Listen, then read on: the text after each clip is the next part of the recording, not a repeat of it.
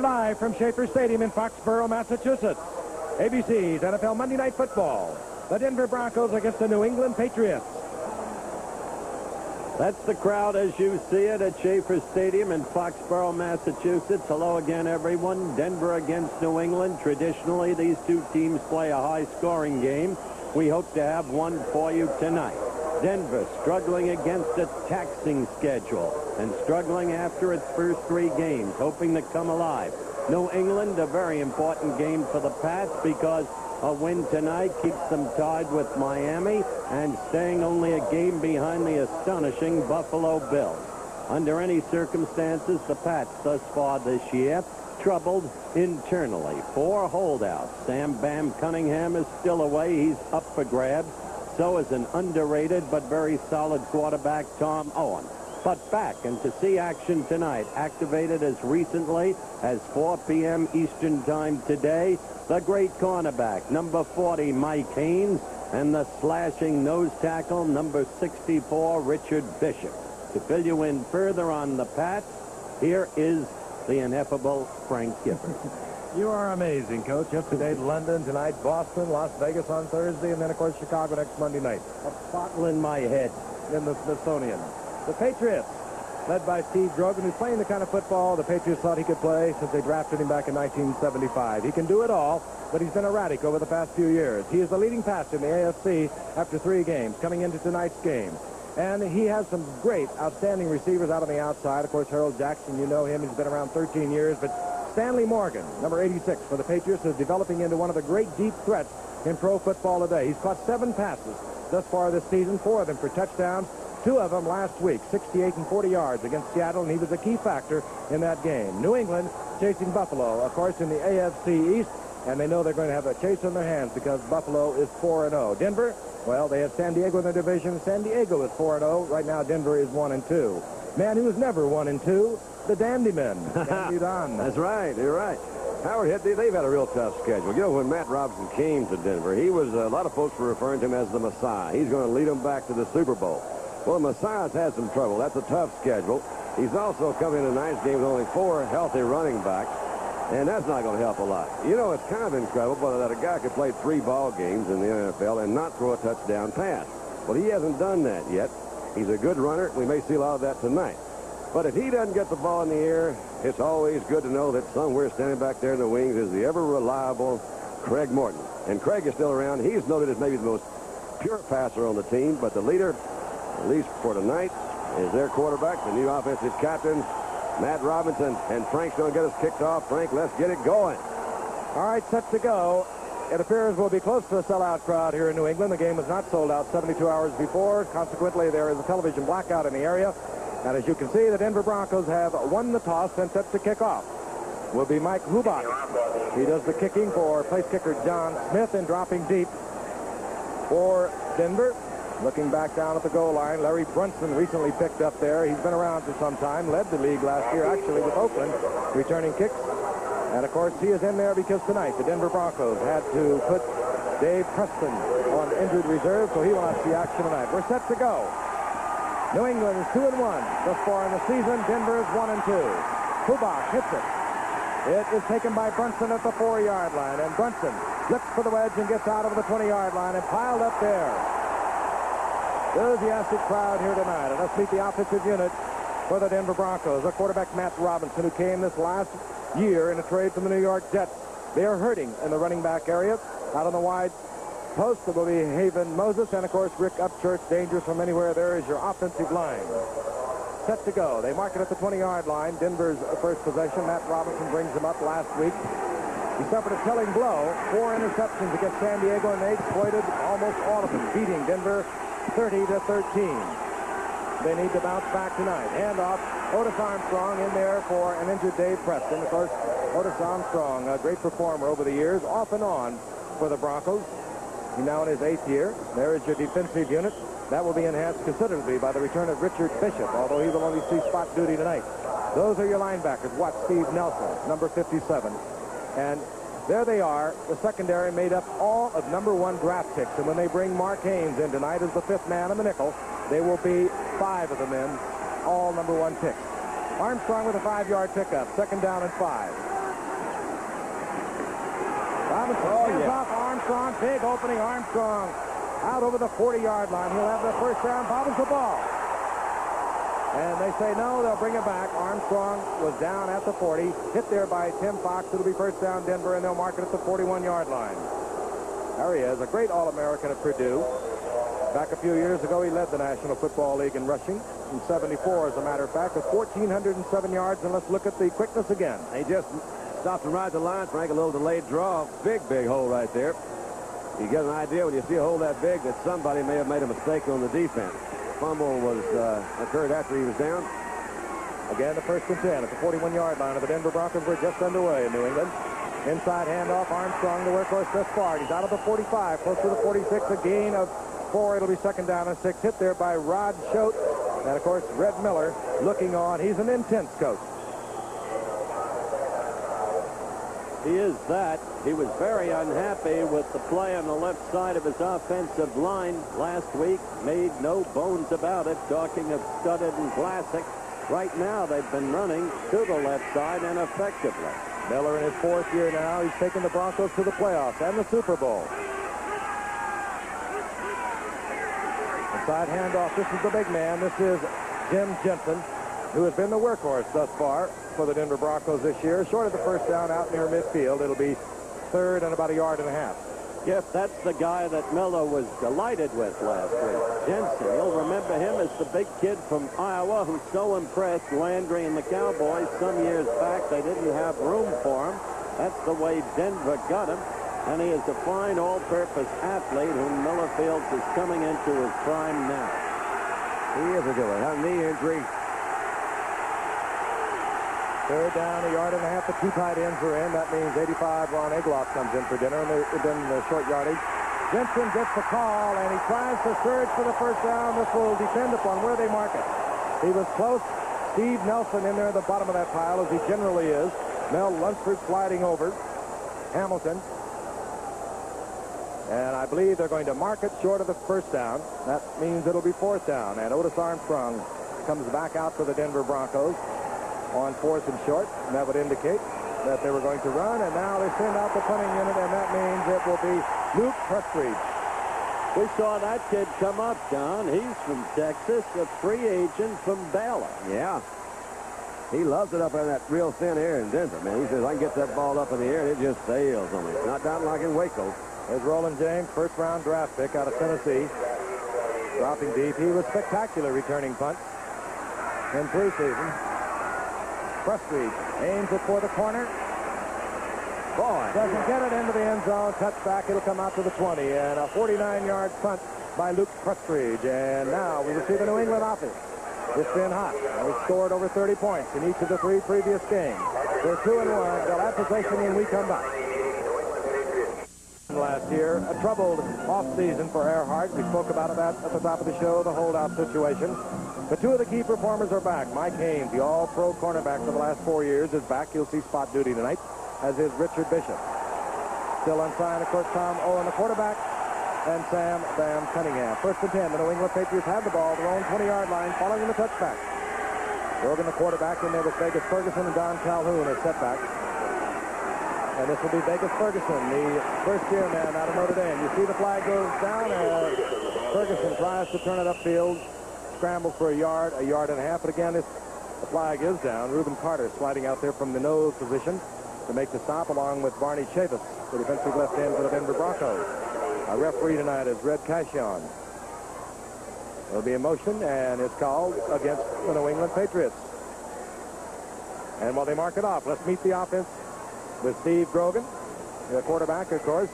Vegas Ferguson, the rookie all-time rushing leader for Notre Dame. The wide receivers, and they are a package. 29, Harold Jackson and Stanley Morgan. Morgan, of course, with that blazing speed. 4 touchdowns and 7 receptions. Good offensive line. We'll see. Number 18 on the offense. Penalty is declined. It'll be second down. We'll see many changes in there, but we'll keep you posted. You heard the call of Red.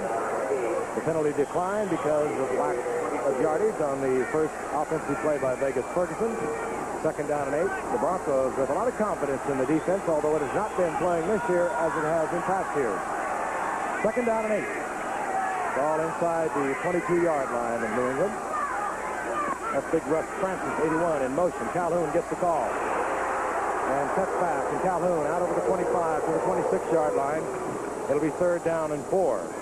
Defensively, Denver will stay in their 3-4 much of the time. They might slip into a 4-3 and bring in Don Latimer to go with that 3 you just saw. The linebackers, well, Randy Gradishar, Jackson, Rizzo, and Nairn are in there. They would like to have Bob Swinson, who means so much to this defensive unit of Denver, but he cannot come back until after tonight's game. He's been on the injured reserve with a broken arm, Bob Swinson. So it's Nairn for Swinson tonight. Andy Johnson and Chuck Foreman come in as they do in the passing situation for New England. Grogan down.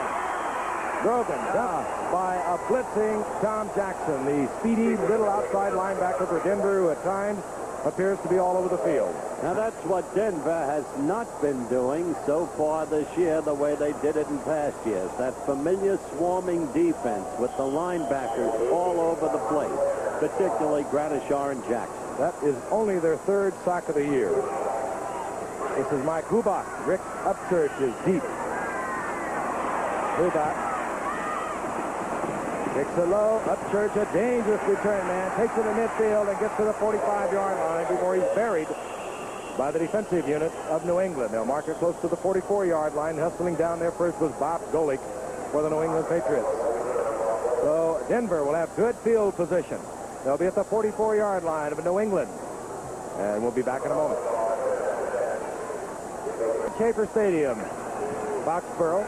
The New England Patriots, the Denver Broncos. The Broncos, good field position. They have the ball at New England's 44-yard line. Matt Robinson brings it up. Hands off to Jensen, and Jensen finds an opening over on the left side.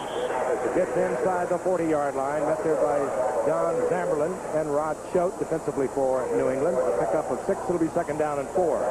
Interesting, isn't it, Don? They continue to run left. Well, it is interesting that they're running left. And you could say a couple of reasons. You mentioned a while ago they were a little bit upset with that Studdard and Vlasic as of last week. Maybe they've found some way to inspire that work of that side. What do you think? Inspiration. Robinson puts Moses in motion, goes with the draw play to Jensen. Bounces at the line of scrimmage and surges forward. For a couple of yards, it'll be 3rd down and 2. Steve Nelson in there initially on the stop. You can see at the bottom of the pile, John Zamberlin and the big nose man, Ray Hamilton. Oh, Sugar Bear. You know, it is 106th consecutive game tonight. I do think it's funny. What's that, Frank? I'm sorry. I jumped in there again. What's that? He started how many games? 106. 106. That's a way to go, Sugar Bear. 3rd down and short yardage. Robinson won't hesitate to run with it himself. He is an excellent scrambler. Moses is right. Rick Upchurch, top of your screen. Those are the receivers. Otis Armstrong gets the call. Armstrong turns the corner, has the first down and more. And he turns on that burst of speed, and he can really accelerate. He gets down to the 16-yard line. Ray Claiborne upsets him there. 1st down, Denver. I want to tell you, number 85, Ron Egloff, Dandy, as you call this in replay, watch his downfield block. Egloff is right out there. It looks to me that Nelson got tied up from his linebacker position, couldn't get over. A fairly good block by Haven. He's not going to hurt anybody real bad with his block. But you see big number 65 that came out. He was out there in front of him, too. That's Glenn Hyde. He had a good block. It was Glenn Hyde, not Egloff. I misread the number. Easy to do from up here. On the 1st down, Hamilton jumps off sides, and that'll be marked off against New England, unless he should be drawn off, and I think he was. They say, man, he was quick. Procedure call going against Denver. Hamilton drawn offside. That will make it 1st down and 15. Defensively overall thus far, Denver is 13 in the AFC. False start. Number 64 on the offense. Still 1st down. That, of course, Bill Bryan, the center. Offensively, Denver overall 9th in the AFC after 3 games. Neither team has thrown the ball thus far. On 1st and 15, again, they stay on the ground. Handoff Otis Armstrong, and Otis scrambles and works his way down to about the 18-yard line for a gain of 3. It'll be 2nd down and 12. He really picked that yardage. You see Tim Fox, 48, coming there. Fox is the guy that's known as a real hitter back in the secondary.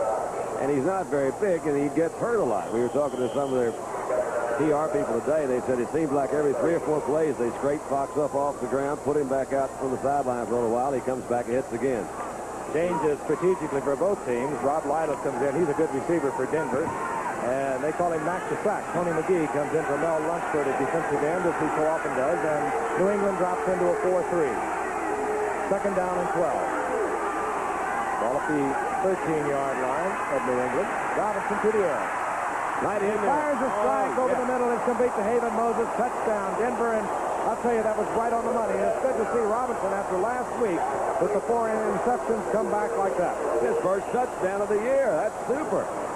That was right on the money, too, Frank. You're right. A well-thrown ball in between some secondary people right there. As you look at the receiver here, Haven, Robinson throwing to him has an extra motivation tonight, Andy. He's on national television, and he wants to show the country what he can do. He still resents the way he was treated in New York by the Jets. The hottest foot in the West. Steinford puts it through for Denver. And Denver is on the scoreboard. They lead 7-0 with 7:39 remaining here in the first quarter. First pass of the ball game. 6 points for Denver. We'll be right back. Matt Robinson has hit Haven Moses. Denver out in front 7-0. Set to kick off. Fred Steinford.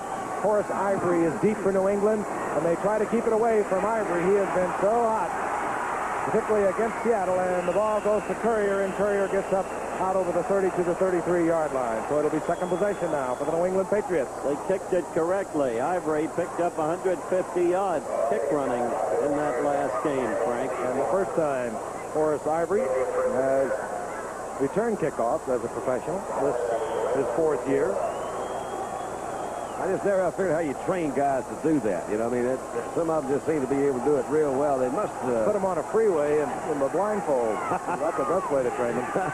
So doesn't that feel good, son? First down, New England. Look out, Calhoun. And he gets back almost to the line of scrimmage. Might have got a yard. Ran into one Bronco right in the middle of the backfield there, coming across the line of scrimmage. Bryson Manor made some good penetration across the line, kind of blocked it up in the backfield and never got that thing started. Calhoun never got any speed going before he got up to the line of scrimmage, so consequently didn't make much yardage. Bryson Manor is another guy Miller hasn't been happy with. He gets no pass rush from him. Alzado is gone. Well, now when Alzado was there, they had, how many of them, I shouldn't talk about numbers when I don't know them, but I know they dropped off an awful lot the year Alzado left in total number of sacks. On second down and 8, Grogan to the air, dumps it out into the flat. It goes to Vegas Ferguson, and Ferguson hurdles forward to the 40-yard line, short of the first down. It'll be 3rd down and 3 out there. Dandy, you didn't do the preseason game with us up here against Philadelphia. When we got our first look at Ferguson as a professional, he is much like the younger Chuck Foreman. He gets yardage that you don't think is there to get, and somehow he gets more yardage than you think can be gotten out of the play. He's a very deceptively efficient ball player. That's probably why they brought Chuck Foreman in up here so that Vegas could see him every day. All right, 3rd down and 3. The ball right at the 40-yard line. Francis in motion, and Grogan will put it up again. Again, has to dump it off. This Ferguson again. He'll get the first down easy as he maneuvers down to the 50-yard line. It'll be marked at midfield. First down, New England. And I'll tell you, I was with you, Howard, and we both remarked what quickness this man has. And obviously he can catch the football, but then again, if you think back about the great career he had at Notre Dame, rushed for over 3,400 yards there. Well, he's just one of those special backs, not too large. Very durable, Giff. Very durable. Oh, yes, he is. I like what Grogan's doing so far right now. He's going to bring those linebackers up, or he's going to keep hitting Ferguson. He says, I'm going to just throw it out there short. Linebackers are getting good deep drops. Harold Jackson in motion. Vegas Ferguson, and again, cuts back to the inside, and that's good running. That was a small hole there. I see what you're talking about. 5 yards at a time. You know, when you think there are only 2 to be gotten, he will get the extra. Pick up a 5. It'll be second down and 5. Remember, Don, if you look at the record, these teams traditionally play high-scoring games, and we're ready for one, I'll tell you. All right. 2 fine cornerbacks for Denver. Louis Wright out of the left corner, Steve Foley on the right corner. Bill They'll need to be tonight because there are two splendid wide receivers from New England, Harold Jackson and Stanley Morgan. Second down at 5. Russ Francis in motion. This is Calhoun, and again Calhoun is met behind the line of scrimmage. First it was Reuben Carter, and this time he does not get back to the line of scrimmage. There'll be a loss of a yard. It'll be 3rd down and 6. Sometimes you wonder, Reuben Carter's from Miami, so is another great top draft choice of the Broncos, Don Latimer. Now, Frank, you were saying today you don't think Denver really has the personnel to play the 34 defense. Why? Not so much that they don't have it. I think they have the super personnel to play a 4-3 where they could get Latimer in there more. And that's what point I was leading to. Latimer would be in there, also from Miami. And now they go to their 4-3 on 3rd and 6. Grogan and wide open is Morgan. He'll have the first down inside the 25-yard line. And Louis Wright was covering him man for man. Louis Wright with great speed, but he knows that you have got to respect Stanley Morgan, one of the best in the league, and getting better. Hey, you can see Jackson come in, the linebacker. You got a little linebacker blitz, man-to-man, but you're right. That ball was also well thrown. Grogan has thrown 3 balls a bit short, but that was a well-run route. Louis Wright couldn't cover him much better than that. You want to protect that deep pass. As you got Stanley Morgan coming out there with the speed that we talked about earlier, you're going to respect that. We hit it on the head, too, Don. 2 times before, Grogan looked for Morgan, put it in the flat. The linebackers had laid off. That time they covered because of the 3rd and 6, and Morgan was open. Harold Jackson in motion. Vegas Ferguson following Calhoun. Big opening.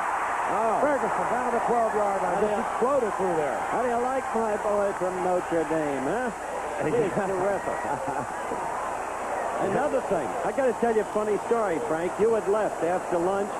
I was sitting with Stanley Morgan. I was talking about what Louis Wright might do to him because Louis is all-pro every year. He said in this league, once a guy makes Pro Bowl, they name him automatically every year. Wright will have no chance against me. Morgan, of course. Did he really say that? Morgan also was in the Pro Bowl.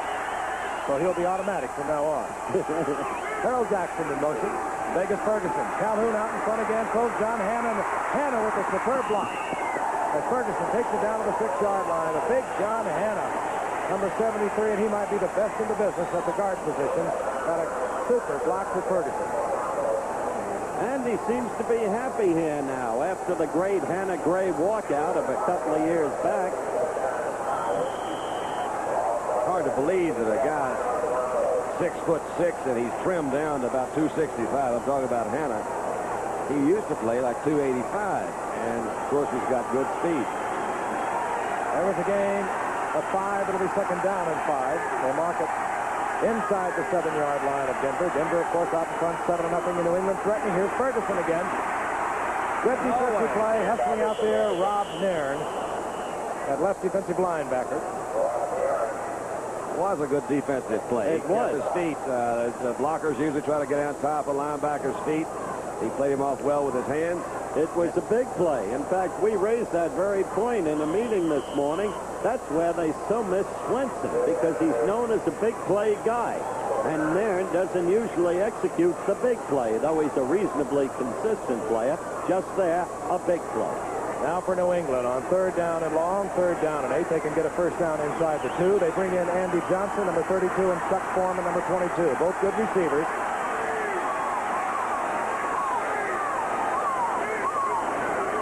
Grogan puts them all in the pattern. Fires in the end zone intended for Russ Francis.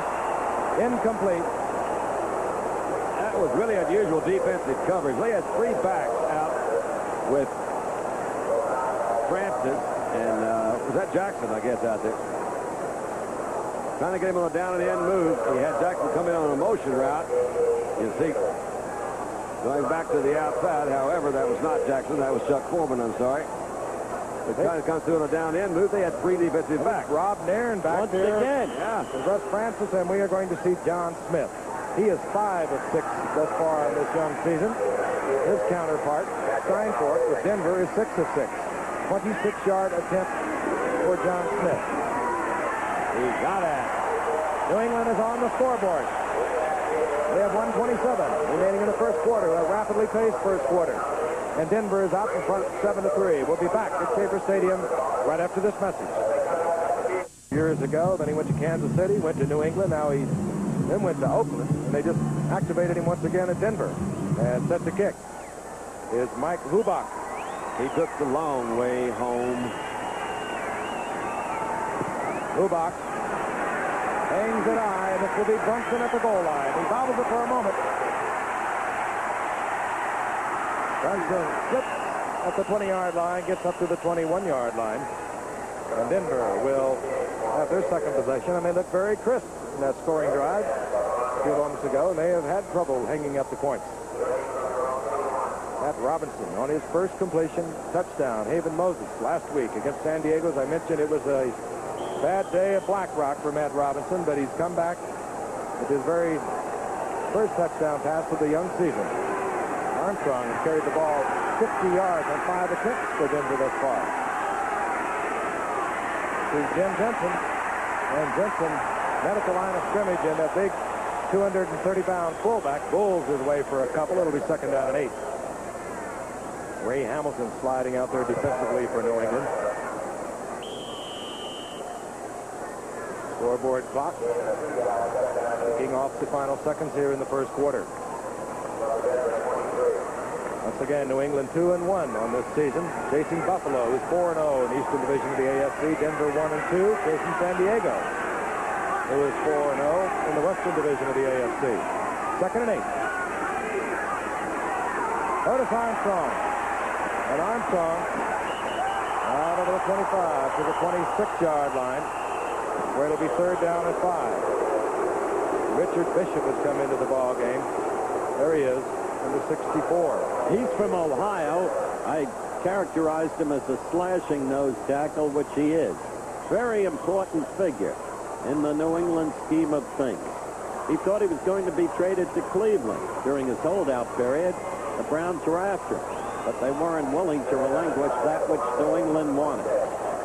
And that will be the final play for the Denver Broncos as time expires here in the first quarter. Look at Russ Francis on the phone. And when we come back, Denver will have a third down at 5, the ball at their 26.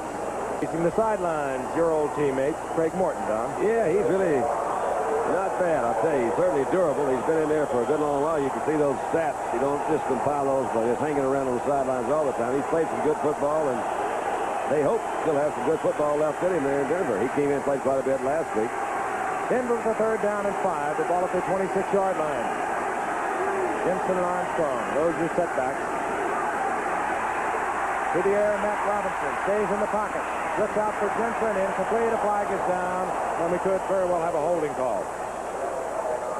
And while we figure out the penalty, we'll take a look at the stats for the first quarter. Rushing advantage clearly to Denver, noticeably so. Otherwise, they're pretty even. The total yards aren't that far apart, and the time of possession remarkably equal, Don. Almost the same, as they'd say. You see the team changing on the field. Holding call. Number 70 on the offense. Penalty is declined. It's fourth down. Dave Studdard holding for Denver. New England wants the football. They decline the penalty. We'll see Luke Prestridge dropping deep. 38th Roland James, the rookie from Tennessee. Good speed. A 13.5 hurdler down there at Tennessee.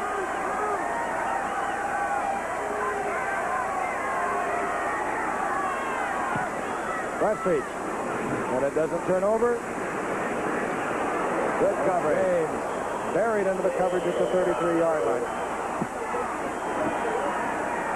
New England has the football. They bring in Horace Ivory, number 23. He's in there with Don Calhoun as setback. Russ Francis moves in motion on the 1st and 10, and this is Calhoun. Calhoun is buried by Nairn out of the right side. He picks up 3. It'll be second down and 7. Second down and 7. Steve Grogan, who calls most of his own plays, puts Jackson to the right, and then he motions him back left. Play action. Grogan, Francis, and the big tight end struggles to a first down out over the 45 to the 47. It'll be first down, New England. And Francis, by the way, playing with a very sore set of ribs. That is true, but he is playing, and I tell you, you bring him down one-on-one, you're bringing down a truck. And it was Gradishaw who brought him down. That's Francis, 6'6", a 242-pounder. He can do it all.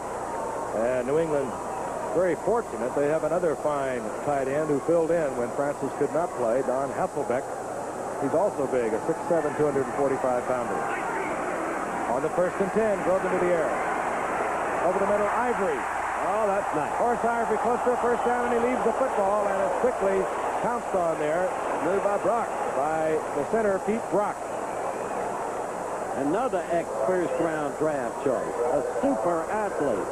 The Pats have personnel coming out of their ears. Hey, a lot of this team, Howard, as you well know, made from a Jim Plunkett trade when they got 4 draft picks plus Tom Owen, 2 firsts in '76, a first and a second in '77. They got Pete Brock, Tim Fox, Ray Claiborne, and Horace Ivory. Not too shabby. Not too shabby. Not too shabby. Plus they got Mike Haynes with their own first. Second and short. Calhoun waits and watches it develop. Gets the first down, but a flag is down. But that's a good evidence, Don, of, it seems to me, of why Calhoun is so valuable. He's what we call the in-between. He's not big enough for the fullback, yet a little big in the average halfback. You see the call there.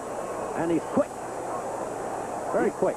Yeah, and he's it's always nice when you've got that guy that's back there that also doesn't mind going up there and blocking every now and then. And Calhoun has done that fairly well in his career, particularly if he's got a guy like Ferguson back there with him. He had a holding call. Is that what that was? Marked off against New England. Here's the call. Holding during the run. Number 81 of the offense. Still second down. All right. Russ Francis. Boy, I'll tell you, they just blurt it right out for everyone. Yeah, they do, don't they? You know, see the players tuck. You can almost pick out the guilty party before they even announce it, because he knows what's coming up. Reminds me of my dog Charles when he's bad. So Charles at Clarksdale. Second down and 11 for New England at the 45-yard line. Center Pete Brock, who alternates with Bill Lynn Pettis, did not like the shape of the football. Out it goes, and we've got a new pigskin in, which is actually a 4-tie. Second down and 11. New England from their own 45. Broken to the air again. Fires over the middle, and it's complete to Calhoun. Calhoun, and he just barrels over Tom Jackson, taking him with him for a first down at the 42-yard line. I tell you, Grogan looks so different from when we had him in the preseason game, Frank. It's unbelievable. He's picking them apart. Well, he's moving around rather gingerly on that sore knee, but I do think he is. I was talking to their coaches today. They really feel he's learned his offense really well. They've had a remarkable success under Grogan, really, since he's been the starting quarterback. He took over when Plunkett left. They lost those last five games of that season. But since then, he's had a remarkably good one-loss record. The first down at the 43-yard line. That's where they mark it, and the handoff to Calhoun. And Calhoun runs quickly into Tom Jackson, who was there first along with Joe Rizzo. Rizzo 59, Jackson 57 defensively there for Denver. Need of about a yard. It'll be second down and 9. Speaking of Grogan, he did not work out with the team until last night. He had the knee aspirated on Monday following last Sunday's come-from-behind victory over Seattle. Wait a minute. He did what? Had the knee drained. Thank you. You said aspirated, didn't you? Well, I thought I did. Good, Frank. Second and 9. Correct. I know. That's good. I really like that. Almost Francis in motion. Grogan wants his big tight end, Francis. He's there. And flags are all over as Francis went up at Bernard Jackson. And Bernard Jackson, 6 feet tall. Francis is 6'6". And I don't think there was any question about that. I think it was visible to all of you, and that's the value of Russ Francis. He's got the speed as well as the size to be the deep threat, which you want in a tight end these days. And second, with that size, he knows how to use it. He's an excellent leaper on top of it. I'll tell you what he's really good at is getting away from a linebacker. Tight ends, of course, are hounded by the linebackers at the line of scrimmage. Pass interference by the defense, number 43, first down. 43. Call is against Steve Foley, but I do believe it's against Bernard Jackson. That's right. They can't always get those numbers in the swift-moving part of the action. I'm sure that call was against Jackson. First down goal, New England. They trail 7-3 at the moment, but they are threatening. Ivory lowers his head and barrels down around the 2, and another flag is down. Rob Nairn defensively along with Randy Gradishar. Bill Thompson up from his safety spot, number 36. Just looking back to that last Grogan pass to Francis. There's an injured Bronco down on the field. And we are waiting the call on this flag. But have you ever before seen Grogan lost one the way he did there? He usually always threw bullets, and the observation used to be he had no touch. That's Joe Rizzo, the injured Bronco, on the artificial turf here in New England, being treated. We'll be back in a moment. Joe Rizzo is the injured Denver Bronco, and Denver, with already Bob Swinson out of the lineup, can ill afford to lose Joe Rizzo. Joe Rizzo, quite a story in this game. Came up as a free agent in '73, and they told him he couldn't pass the physical of Buffalo. He left the Merchant Marine Academy as a free agent. Made the Broncos in '75, and really made it during the '74, rather. Really made it during the players' strike, and he looks like he's testing it rather gingerly. There was a clipping call on the play. We do not know whether it was against Rizzo. Calhoun was called for clipping by New England, and the ball has been moved back to the 21-yard line, where it'll be first down and goal. There's the importance of this game to New England. As you look at the AFC East, Buffalo all by itself. Chuck Knox, just astonishing. Miami and New England. In the Central, Pittsburgh and Houston going at it. Two punishing teams. You don't need to be told about them. And Cleveland hanging in. In the West, it is San Diego. Yet Denver, with a solid ball club, must have tonight's game. That's the importance of it.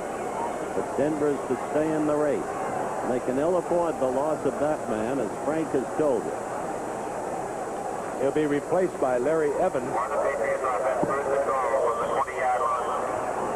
Joe Rizzo will try and get a more complete report on the nature of his injury. Meanwhile, New England has the ball. Following the penalty, the clipping call, they'll have the ball inside Denver's 21-yard line.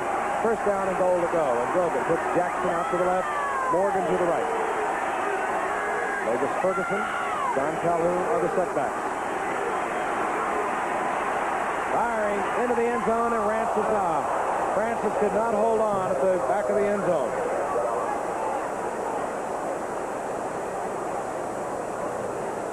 There's the great youngster from the University of Pittsburgh, Matt Cavanaugh, had a spectacular preseason, and of course is being groomed for the day when ultimately Steve Grogan will give way, as everyone does, even Dandy Don. That's right. Everybody.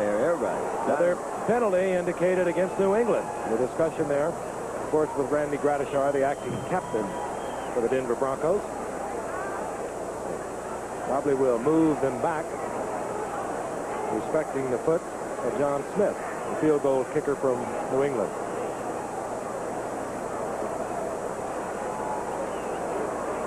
Illegal motion. Number 86 on the offense. Still first down. Stanley Morgan, wide receiver, illegal motion. And the ball is now back inside the 26-yard line. First down and goal. We just received word, too, that Horace Ivory has a bruised left shoulder. His status unknown at the moment. Ivory, of course, the New England running back. Earhart burned up. I don't much blame him from a first and goal 5 to the 25. He's going in the wrong direction. Top of your screen, number 29, Harold Jackson, like Morgan, a dangerous receiver. Morgan slips wide to the right. Denver trying to show blitz. Now they drop out of it. Grogan has the time. Firing for Francis, and he uses all 6 feet 6. Comes down with the football down around the 4-yard line. That's really the kind of pass you were talking about earlier, is Grogan's ability, or he seems to have improved in this area, of being able to drop that ball over the linebacker's head into his receivers. I believe there's a penalty going on there, rough the passer that time, so they'll put them back down there close to where they were when they started. But I think he really has improved in that area of developing touch. And that's one of, I think, the most difficult things for a passer to learn. It's awfully hard to do. He just has worked very hard. Lay that thing over the linebacker's head. He's a good passer. Half the distance to the goal on roughing the passer. Here's the call. We'll find out who is responsible. Roughing the passer. Number 79 on the defense. First down. Watch Barney Chavis, 79. Yeah. Yeah. That's one of the rules that's been changed. It's really a judgment call, but they're really trying to protect that quarterback. And when he lets go of the ball, you've got to say hands off. And, of course, with the penalty, automatic first down. The ball at the 2-yard line, first and goal. The two tight ends are in now. Francis, 81. Hasselbeck, 80. This will be Ferguson. Vegas Ferguson scores. And New England takes the lead. That's a different attitude. Yeah, it's amazing what a couple of plays will do. Now Red's over there saying, what happened? They were all the way back with a first and goal at the 26. One catch in the penalty, and they go in on the next play from the 2-yard line. Steve Grogan, off to his best start of his young career, passing over 60% coming into tonight. 8 touchdowns. And they haven't been dinkers. They've been big ones. Here's John Smith for the conversion for New England.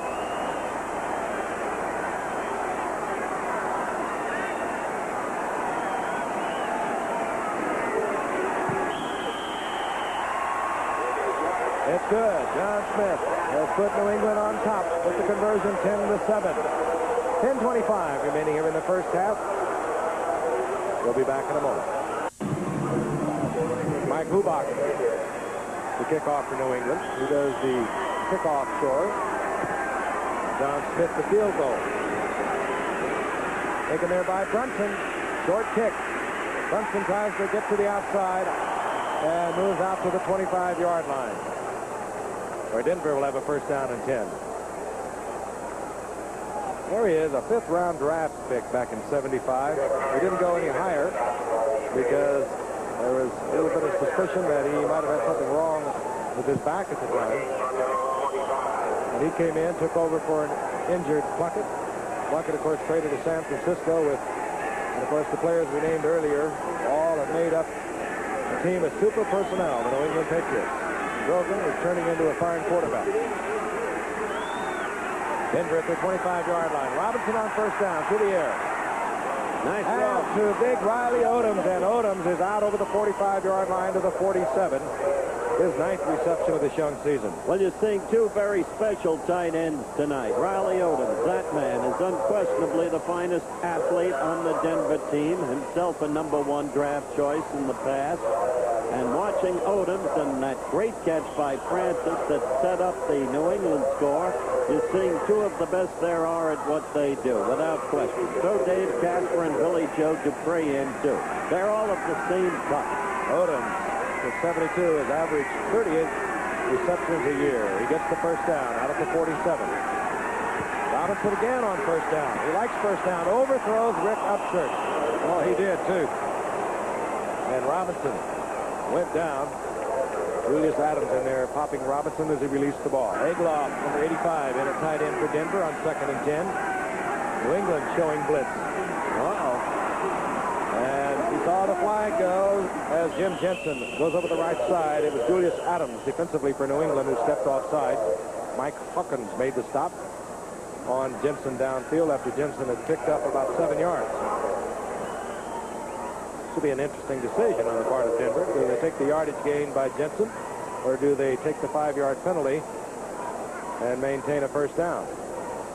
By the way, Frank, we're told Rizzo has a strained left knee. What that portends for the rest of tonight and for the future, in fact, remains to be seen. I think that's one of the telltale signs of Denver this year. You're seeing that defense, which has been their strong suit for so many years, gradually being picked apart a little bit, and unfortunately through injuries, most of them, with Alzado leaving a couple of years ago. But coordination is the key. Offside. Number 85 on the defense. Still second down. Number 85 on the defense is Julius Adams.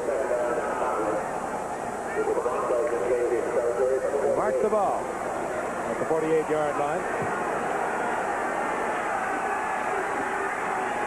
Second down and 5. Otis Armstrong, he piled up at the line of scrimmage. He might have squeezed a half a yard out of it, but a swarming Denver, or rather New England defense, led by Steve Nelson and Julius Adams in on the stop. It'll be third down and 5. You're seeing Kelvin Clark, 73, in on the offensive line for the Broncos now. And the reason, and he was the top draft choice a couple of years ago, the reason he's in there now is because Red Miller was so dissatisfied with Studdard's play last week. Moses split to the right, Dick Upchurch to the left. Upchurch had been open earlier on this series. Robinson overthrew. Robinson trying to get the ball off, and he is sacked. Good defense. Tony McGee, Mac the sack they call him. He got help from Richard Bishop. Bishop is coming in that obvious passing situation. That time you're right. McGee just made a real quick move to the outside. Robinson tried to step up. No place to go. Tony McGee led New England in sacks 5 consecutive years. He alternates with Mel Lunsford coming in on the sure pass. Right now we'll see Luke Prestage, the punt for Denver. Roland James settles in back around his 13-yard line. There he is. Prestige looking for the sideline, and he'll get it inside the 20. In fact, they'll mark it right at the 20-yard line. So New England will have the football at the 20-yard line. They have 9 minutes and 2 seconds remaining in the first half. They have a lead of 10-7.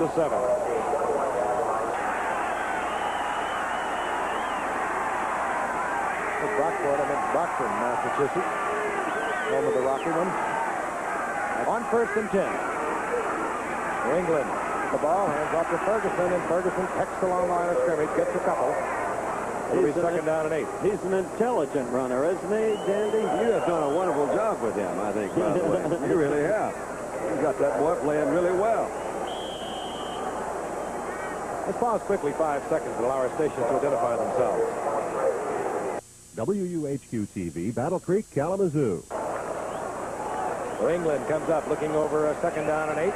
8:32 remaining here in the first half. New England on top 10-7. Denver got on the scoreboard first. New England came back with a field goal, and they just added a touchdown to take the lead. Grogan going to Jackson, and a spectacular catch for a first down. No, they're saying, yes, they're going to give it to him. Absolutely. That was close. One referee was indicating out of bounds. One said no, he's got it. They call him Axton Jackson from Discotheque. Watch him make this move. It's his 507th career reception. Frank, you were talking, he's never missed a ball game because of injury. Never. He's played in 163 games since coming up 13 years ago. He rooms with Chuck Foreman. They're a tremendous pair. He's got a great... He said, you tell your friend Klosterman he thought I was through. I've only just begun. They mark it inside the 36-yard line. First and 10 New England. This is Vegas Ferguson. Big John Hanna in front. Oh, yeah. But it was coming in behind Rob Nairn to make the stop for Denver. It'll be a loss of 3. Second down, 13. Our friend Nairn is getting a lot of calls tonight. Hey, Howard, how about Hagler? Well, how about it, Howard? I'm just glad, fellas, that Marvin Hagler was protected by the British Bobbies, who did a great job. They carried him out of that ring bodily. One of the most disgraceful exhibitions of fan violence I have ever seen. I was wondering who was protecting you down there. Nobody. Oh, no. Oh, come on. Emmy must have had an umbrella over you. Emmy wasn't there. Charlie Lavery of ABC Sports was under the table. Go ahead. Second down, 14. Grogan with a lot of time. And he is running on a very sore knee. But nevertheless, he gets out to the 45-yard line, close to a first down. That's the extra dimension of Steve Grogan. But I would wonder, though, Howard, here he is hurt. He knows he's hurt. So he doesn't make that extra 2 or 3 yards. He could have gotten out of bounds, it appeared to me, that time without being hit.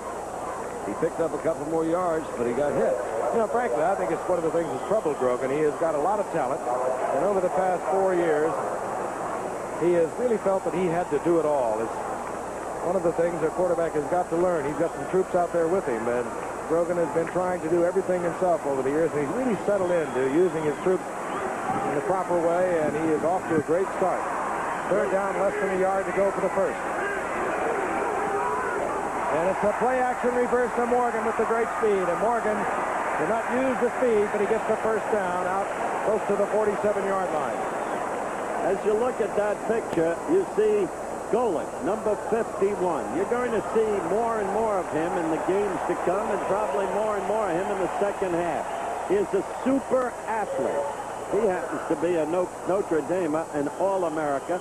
Last year, he had to sit out the whole year. So, in effect, he is a first-year man. They have 6 rookies on the squad in addition. But remember Bob Golick, linebacker.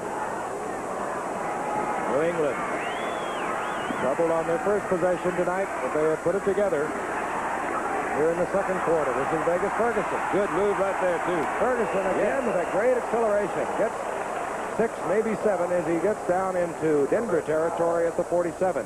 Reuben Carter sliding out to make the stop defensively there for Denver. I have made a convert in Mr. America. He is fond of Ferguson's talent. Any boy of yours is going to be a friend of mine. What can I tell you?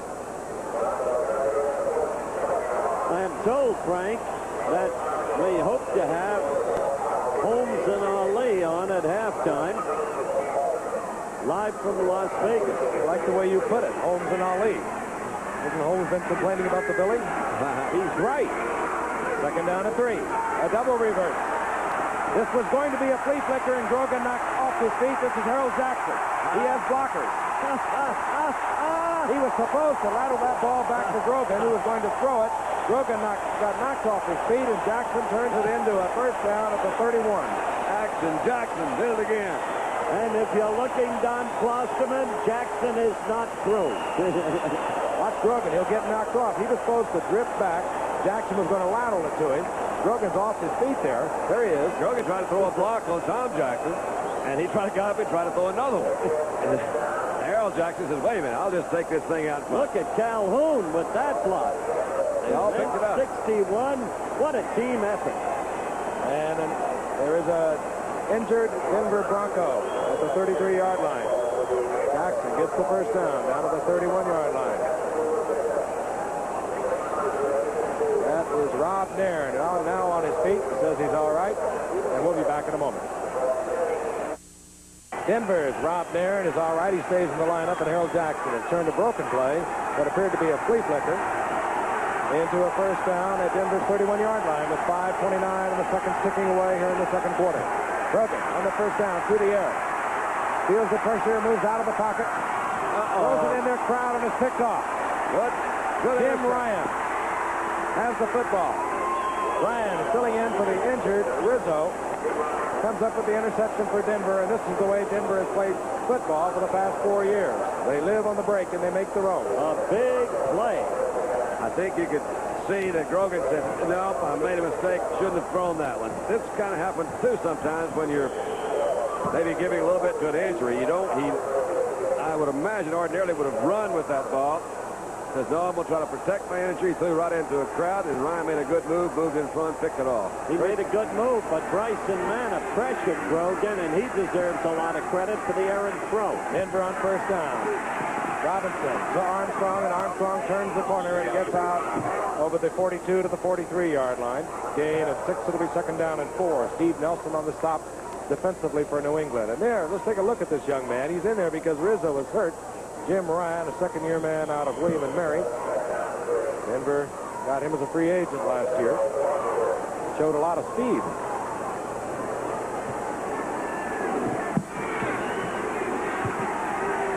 Second down and 4. They mark it closer to the 43 than the 42. Inside handoff, the big man. Jensen gets the call, and Jensen tries to stretch forward for the first down. He's close to it. Bob Golick in now, number 51 defensively for New England. Out comes John Zamberlin. Told you you'd see more Golick, Frank, and he's only just begun. Denver gets the first down. 4:24 on the clock, and the clock is moving. The Patriots over Denver 10-7. Very important game for these two teams. They have leaders in their division, both of which are undefeated. Buffalo and San Diego. And a movement by Matt Robinson draws off Julius Adams. It'll be a procedure call against Denver. Pair of flags down. You got Otis Armstrong jumping a little bit early back there, too.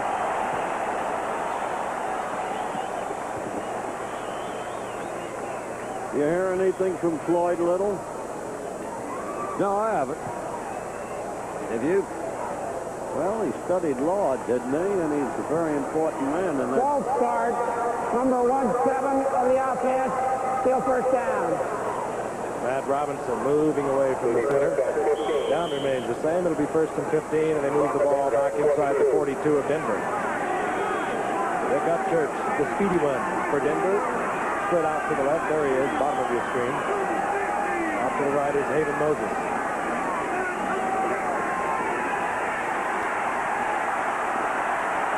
Flag is down as Robinson tries to cram it into a crowd to Riley Odom. Yes, good coverage back there. Mistaken throw. Mike Hawkins stepped in front of that ball and deflected it away. And holding will be called against Denver. Almost inevitable when you back that long and they got to protect you. When you think what they've done, they just keep moving themselves further and further back in the hole. These guys had good field position. Scores 10-7, only 3 points back. They've got to make some moves now to get there. Holding. Number 71 on the offense. Still first down. Big Claudia Minor over in the right tackle spot. Holding for Denver. The down remains the same. Right now we have a first down and 25. The ball all the way back inside Denver's 32-yard line.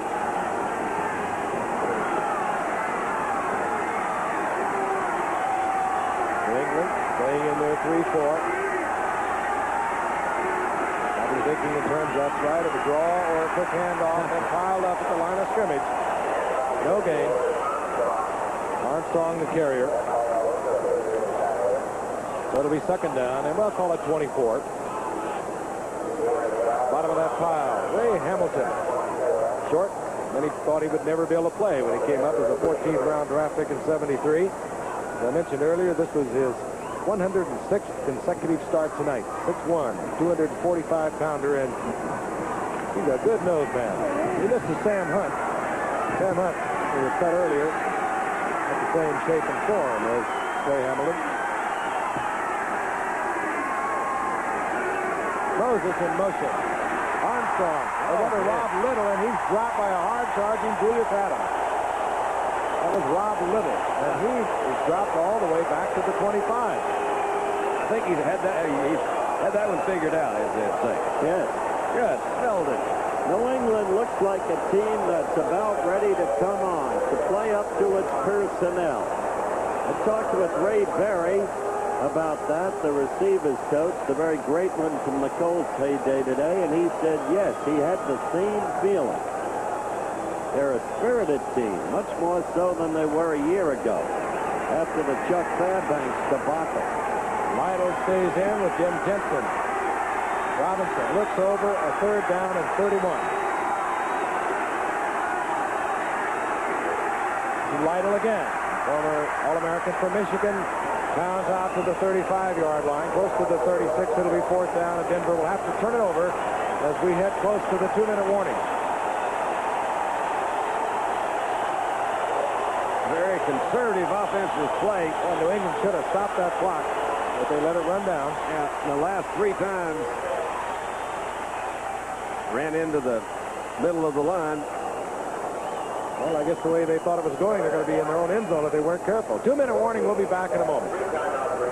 Denver went on top early in the going, getting on the scoreboard first. New England came back, answered with a 26-yard field goal by John Smith. And then, aided by a tremendous catch by Russ Francis, a couple of penalties, they powdered in from 2 yards out Vegas Ferguson, putting New England on top, as you see, 10-7. Roland James now on fourth down, drops for New England.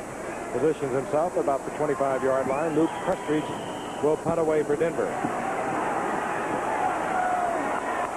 Prestridge, certainly the biggest punter in the league, around 6'5".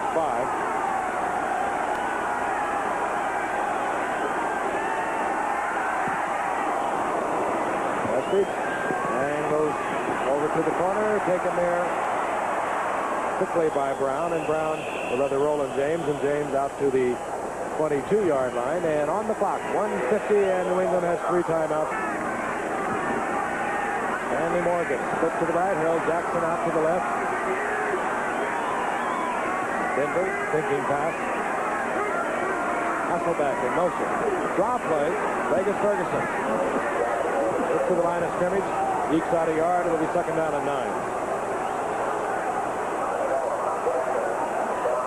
1:38, and the clock ticking away, the seconds here in the first half. Grogan, apparently seemingly in no rush to get in and out of the huddle.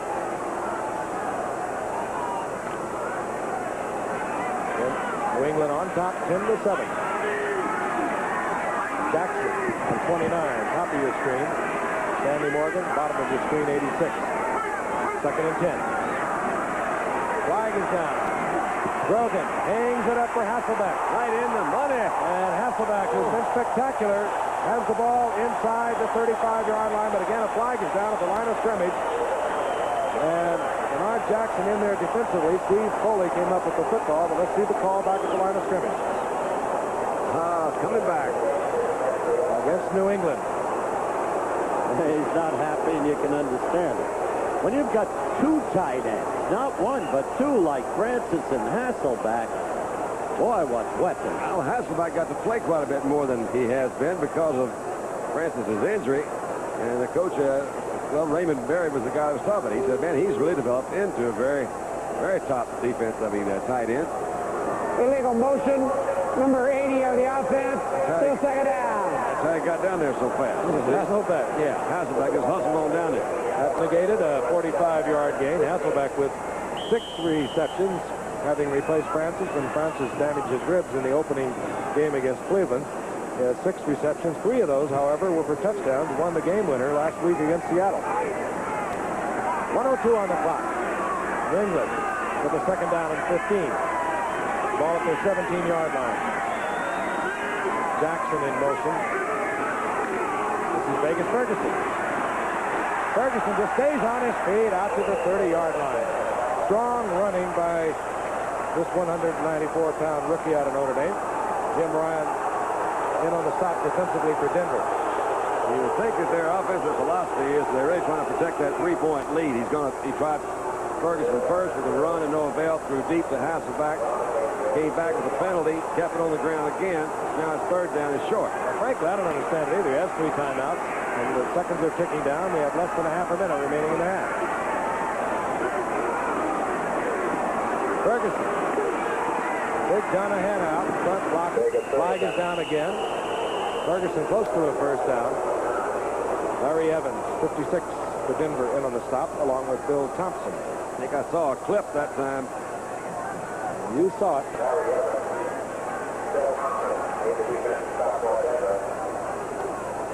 Well, Ron Earhart apparently yelled to Grogan, just run out the clock. He just said it right there. Run it out. That was it. Run it out. Well, it is chilly up here. Well, now I can see that because there's only 20 seconds to go, but it was a different situation about a minute. Well, they had 2 minutes to play. I don't understand it. That's negative rather than positive. Well, maybe, but maybe just... Ferguson up there close to a first down. They'll bring in the sticks for a measurement. I think I heard 80 on a clip. They got Hasselbeck. Hasselbeck was trying to make up that half-step speed that he needed on the play before. This time he's improving his blocking technique. You folks must know who that man is. Yes, number 84. One of the greatest wide receivers of our time. Struck down in the Tatum incident. Became a quadriplegic. He's fighting back. One of the most remarkable human interest stories. Recently had a birthday. God bless you, Darrell. You've got more than most of us could ever touch. Glad to see you, Darrell. Yeah, you bet. Denver called for the measurement. They wanted to see if it would be 4th down. It would have been a first down, so they take the clipping penalty, and that moves New England back to the 15-yard line. 20 seconds remaining in the half. 6th penalty now against New England for 55 yards. 3rd down, 17. Calhoun gets the call. Gets back to the 20-yard line. Denver wants to stop the clock, and they do with 11 seconds remaining in the half. Denver hoping to block the punt on 4th down. Possibly get a return out of bounds where John Smith might be able to attempt a field goal. So it's 4th down and 12. And out comes the punting unit for the New England Patriots. We'll be back after this message from the National Football League. I want you to meet Carroll, a happy person, enjoying an out. NFL's all-time punt return leader. That, of course, one of the reasons Denver stopped the clock with 11 seconds remaining in the first half on 4th down. They wanted to see if Mike Hubach, a rookie out of Kansas, could get the punt away, and if he does, can Rick Upchurch run it back. Hubach, 11th round draft pick out of Kansas. Denver playing for the run back. Hubach, a pressure punt, and a fair catch called for at the 37-yard line. 3 seconds remaining on the clock. Well, they don't have much of a shot, but they had a little shot. That could have been a big mistake by New England. Seems to be a little scuffle down on the field. And, of course, for Denver, I would say the one thing to do is just to hang it up there the best you can. Hope you get an interference call. And, of course, the half cannot end on a defensive foul. Denver has the ball at their own 37-yard line. They have brought Fred Steinfort into the game. Now, we have told you about Steinfort for Denver. He kicked one against Dallas of 55 yards. But I don't think Steinfort's foot could reach this. Now, that might be asking a little bit too much. Well, of course, you do. After a fair catch, you get a free kick. Free kick time. You have an option to put the ball in play, either from scrimmage or as a free kick. You don't see this very often. Matt Robinson will hold. He can either punt it or attempt the field goal, and this one is going to be from the 37-yard line. A tremendous distance for anyone. Why wouldn't the holder be offside? 73-yard attempt. And, of course, along the ground, taken there by New England. Ken Fox running it out. And, of course, time has expired in the first half. So the Patriots, in front of a hometown crowd, are leading the Denver Broncos 10-7. Stay with us for halftime action. As we get ready now for the second half, Steve Grogan, as we have talked about earlier, playing on a very sore knee tonight. He practiced only once this week, and that was last night. Those his stats on the evening, comparable to the ones that he has chalked up in the first 3 games, passing for over 60%, 8 touchdowns coming into tonight's play.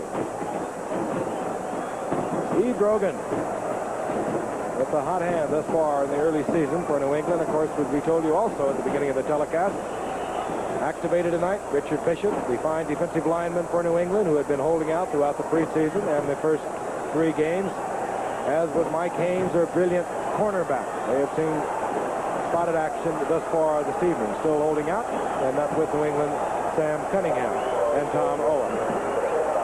Set to go now. Not a sellout crowd, but close to it.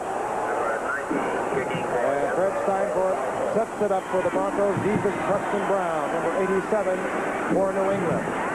The rookie 6th-round draft pick from Vanderbilt takes it at the 4. And finds an opening and almost breaks it and gets out to the 30-yard line. For New England will have good field position. Tackled there by Larry Brunson. There they are. ABC. ABC. The kid who just returned that kickoff, Frank, was very highly regarded early in the preseason. Suddenly he got shaky. Right there on that return, he looked like the kid they regarded highly in the very beginning. All through the preseason, Preston Brown had looked spectacular. Then he started misjudging balls, and now he appears to be back on his side. Gets good field position on 1st and 10. Grogan looks over the Denver defense, hands off to Vegas Ferguson. Ferguson stays on his feet, and he'll lose about a half a yard. Nailed there by Larry Evans, defensively number 56, and number 53, Randy Gratishar. After the first quarter, New England dominated. Earlier, they had been about even in stats and possession time. But there you see the Pats dominating, Don. They really did. They picked it up in the second quarter. But they didn't capitalize as much as they should have. New England once again coming into tonight 2-1 on the season. They beat Cleveland in their opener. They lost to Atlanta, and then they beat Seattle last week. Denver's 1-2. They lost their opener to Philadelphia. They beat Dallas, and then they lost to San Diego big last week, 30-13. Second down and 11. Grogan on a rollout. And again, he's running on a very sore knee, and Grogan sprawls forward out over the 35 to the 37-yard line. Short of the first down by a couple. It'll be third down and 2. Really unusual. Frank, that was a called play. You can see he really didn't keep the option of a pass in it. He just tucked that ball under his arm and took off. Fake to Calhoun. Fake to Ferguson. I hate to get too clinical about it, but last Monday he had 60 cc's of fluid removed from his right knee, a knee that underwent surgery a couple of years ago. He's running around like a kid out there. Third down, long 2. Ball marked at the 37-yard line. New England on top, 10-7. Earl Jackson in motion. Ferguson. Oh, Ferguson is nailed before he can get back to the line of scrimmage. Bryson Manor in there first for Denver. And Denver saying we've got the football. It's in the big palms of Reuben Carter, and they do get it. Ferguson trying to stretch forward. Popped it up. Did not see that fumble at all, but Reuben must have... let's see. We'll take it again. Let's see what happens. Bryson Manor there first, 66. There it goes. You're right. Big fumble. It just wound under. Reuben says, I feel something funny under my stomach. Now, wait a minute. What is it? It's a football. I didn't like the way New England closed out the half, and I didn't understand that series of calls. Denver has the first down. New England territory at the 38-yard line. Jensen 30, Otis Armstrong 24. The setbacks working with the young quarterback Matt Robinson. This is Armstrong. And Armstrong hit hard at the 32-yard line, but not until he picks up 6. It'll be second down and 4. Looks like the old Otis Armstrong. He, of course, was drafted when Floyd Little was still there. And I remember what Floyd said. I'll welcome him if he can block. Well, he could block. And he could run. Over 1,400 yards in 73, his second season. Then in 74, he was 1,000 yards once again. Second down, 4.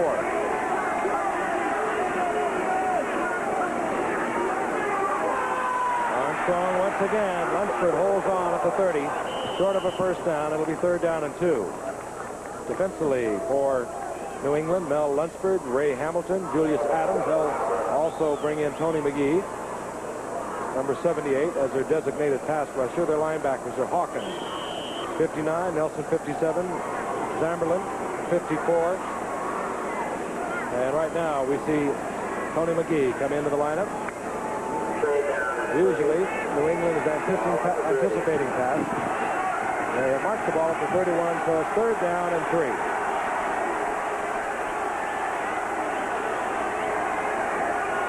Moses in motion. Wide open. Haven Moses. A blown defensive assignment, and Moses gets inside the 10. Inside the 9, where it'll be first down and goal.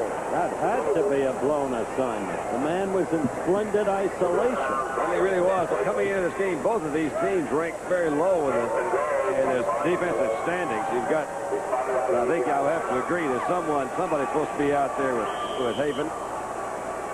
That guy in motion has been very effective because all it takes is one defensive back to think he's checked off to another defensive back and miss it. And you got him on the move. First down inside the 9, and Matt Robinson wants to put it in the air. Trying to go to Moses, incomplete. It'll be second down and goal. Volatile fellow, Red Miller. He's a what? Volatile fellow. Being, he can go up and down. Emotionally up and down. Yeah. Ron Earhart. These two guys coached together at one time. The New England Patriots didn't take too kindly to the treatment they received a year ago in Denver. They seem to think Denver rubbed their defeat in on them a little bit. Second down and goal. Moses out to the right. Armstrong gets the call. And Armstrong breaking tackles into the end zone. Otis Armstrong running brilliantly tonight. and Denver is going to go out on top. There's a smile. All right. Just like we drew it up in late July when we started this whole thing off. The thing that really happened, Frank, is it was drawn up well, but Otis Armstrong made a great effort on the outside. There's Fox coming there. Fox gets a good hit, bounces off, keeps his feet. Great effort by Armstrong. A lot of guys had their shot at him. Hawkins missed, Fox missed, Golick missed. Steinfort for the conversion. It's good. And Denver has retaken the lead here at Foxborough. They lead the Patriots 14-10 early here in the third quarter. We'll be back. Armstrong facing the Denver attack has put the Broncos out in front of the New England Patriots. Armstrong, 75 yards thus far in the night. We look at Preston Brown for New England at the goal line. The rookie from Vanderbilt. Steinfort hits it. Taken there by Don Westbrook. And Westbrook struggled out to the 22-yard line where New England will have their first down. The 75 yards you mentioned for Armstrong just about doubles the 38 yards gained by Ferguson, the leading ground gainer for New England, Frank. And both of them tough sledding tonight. Neither one big. They're both about the same size, a little over 6 feet, a little over 190 pounds apiece. Birds lead the Bo Sox 4-3 in the 7th on Eddie Murray's 2-run homer. They won the first. Brogan comes back out with the same lineup that opened the game. And on first down, quickly to the air. Fires over to the middle of Calhoun. Calhoun cuts it back to the 30-yard line. Gain of 8. It'll be second down and 2. Larry Evans, 56, defensively there for Denver. Traveled a long way from the Mile High City. That's cute, though. They've got some great fans out there, Denver. I'm surprised that some of them didn't show up here. They could maybe take the foliage tours through Vermont. We'll be out there in a couple of weeks for Denver and Washington. Right. I'll slide up and do some sliding. Second down and 2. Vegas Ferguson, right side, cuts back, first down, out around the 34-yard line. Again, Larry Evans, number 56, with the initial hit for Denver, but it's first down New England. Putting the game in perspective, the curious and curiously conservative New England strategy cost them. They blew a potential opportunity in the first half in their initial series, which resulted in a turnover, a mistake, gave Denver its shot. Let's see if they can recapture that momentum. Brogan has the setback. 44, Calhoun. Ferguson, 43.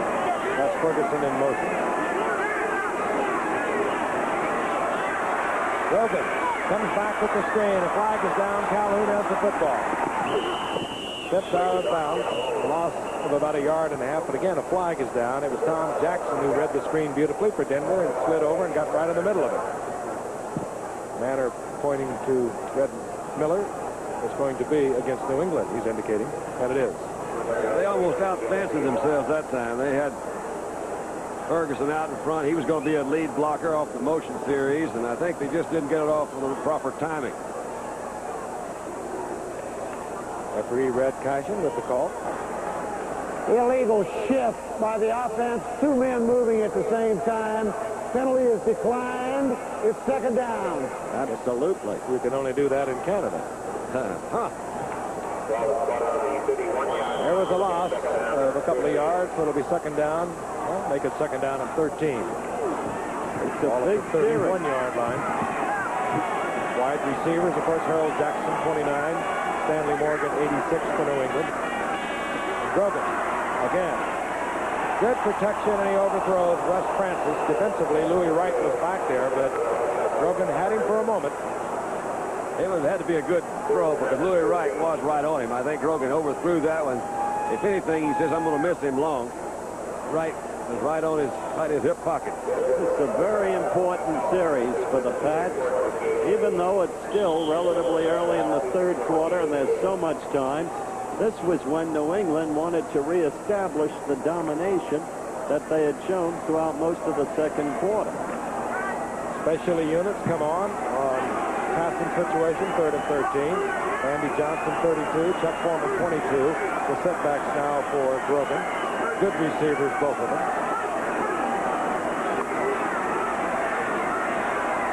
Grogan has the time. He has the man. He's wide open at the 48-yard line. Fired that into Stanley Morgan. Now that's coming through. Really is. This is where that three-man front line can really get you in trouble. There's two schools of thought. I always believe you don't give the quarterback much time. Try to put some pressure on him. As you pointed out, he had great time that time. They never did even get close to him. And the defensive people just can't cover him that long, particularly a guy like Stanley Morgan. Came into the night averaging a little over 30 yards per reception. Had 7 receptions coming into the night, and 4 of them have been turned into touchdowns. He's caught 2 tonight. 2 key first downs on those receptions. Calhoun breaks to the outside and finds a gap and gets down to close to the 45-yard line. It'll be a gain of 7. It'll be 2nd and 3. Louis Wright in there defensively for Denver, along with Randy Gradishar. Good job by Calhoun bouncing out to the outside there. It's kind of closed up in the middle, found some room to the outside, picks up a nice gain. That John Hanna is one of the great players in this league. There's nobody better. His little brother is growing up down there in Tampa Bay, Charlie Hanna. He's learning.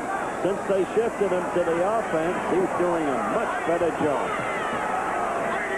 2nd down, along to the ball at the 45-yard line of Denver. Grogan through the air. We want 6. This is Morgan. He ought to have it. Got it. Touchdown, brilliantly thrown, and the great speed of Morgan let him outrun Steve Foley. Now that's why Grogan's become a quarterback, John. That's what we discussed. That's touch. He never used to be able to loft the ball that way. I love that shot, too, because nobody appreciates a guy like Morgan more than a guy like Grogan. It's, again, not too bad a coverage. You started off just right again. He had great time to throw the ball. You see Steve Foley fairly close, but nobody can really stay with Morgan if you give him that much, a 50-yard run. He's going to beat him most every time. That ball was beautifully thrown, dropped right over the head, and a terrific catch. His 5th touchdown reception. He's only caught 10 on the year. Half of them have been turned into touchdowns, all from way out. John Smith for the conversion as New England regains the lead. Seesaw battle. Smith drills it to the uprights. And the Patriots have again taken the lead on the fleet feet of Stanley Morgan. We'll be back. From 45 yards out from Steve Grogan. Mike Hubach sets now to kick off for New England. Deep is Larry Brunson, recently acquired. Hubach having his problems with his kickoff tonight. And is bobbled there by Mike Harden. Harden piled up at the 15-yard line. New England seems fired up. Hasselbeck made a nice tackle. There's the man. High stand. Let me tell you, his touchdowns have come from 68, 67, 40 yards, 22 yards, and this one for 45. Right out on the fingertips. Really is amazing. Tennessee has had tough luck this year, losing by a point to Georgia and by 3 points to Southern Cal in the final second. Morgan said, if I could go back there, I could give Johnny Majors an unbeaten season. Setback to Rob Lytle, 41, Jim Jensen, 30. Matt Cavanaugh will try and bring the Broncos back. This is Jensen. Then Matt Robinson, of course, the quarterback for Denver. A handoff there to Jensen. He's piled up after a gain of a yard. Big Jim Jensen, 6'3", 230-pounder. Came to Denver in 77. Missed all of the 78 season with an injury and came back strong with a 400-yard season last year. Denver has their hands full now with a fired-up New England squad. 2nd down and 8. Jensen again. Hands out and stacked up at the 20-yard line. A gain of a yard and a half. It'll be 3rd down and 6. You're not going to get your team back gaining a couple of yards on 1st down and a couple of more on 2nd down. You're playing the defensive unit's game that way. I was a little surprised at the statistics this weekend that these two clubs ranked 12th and 13th in defense in the 14 in the AFC, in the 14th team league. So maybe they see something against that run that we don't see. Third down, 6. Robinson looking over the defense, set for the pass. Screen to Jensen. Jensen bowling forward. He'll be short of the first down. Out to the 24-yard line. It'll be 4th down. And Denver will have to turn it over. And that, of course, refers to a game played last November the 11th. 45-10. Denver ran it up on New England. And not only that, when way ahead, they pulled a fake field goal and threw a pass. And the Patriots and their fans are not disposed to forget it. Here's Prestridge. Roland James for New England. Stations himself at the 38-yard line. Ball goes according to plan. New England should have once again good field position. Low kick. Uh-oh. Flag is down, and James bobbles the ball and is picked up by a Bronco. Oh, this is going to be a good one. I can hardly wait till this call comes out. Let's see. Greg Braceland came up with it for Denver, but a flag was down. James floated right up the middle on that low punt and getting up slowly. He was very gingerly. See the flag go down. That's where they usually think that's going to be a... What was this?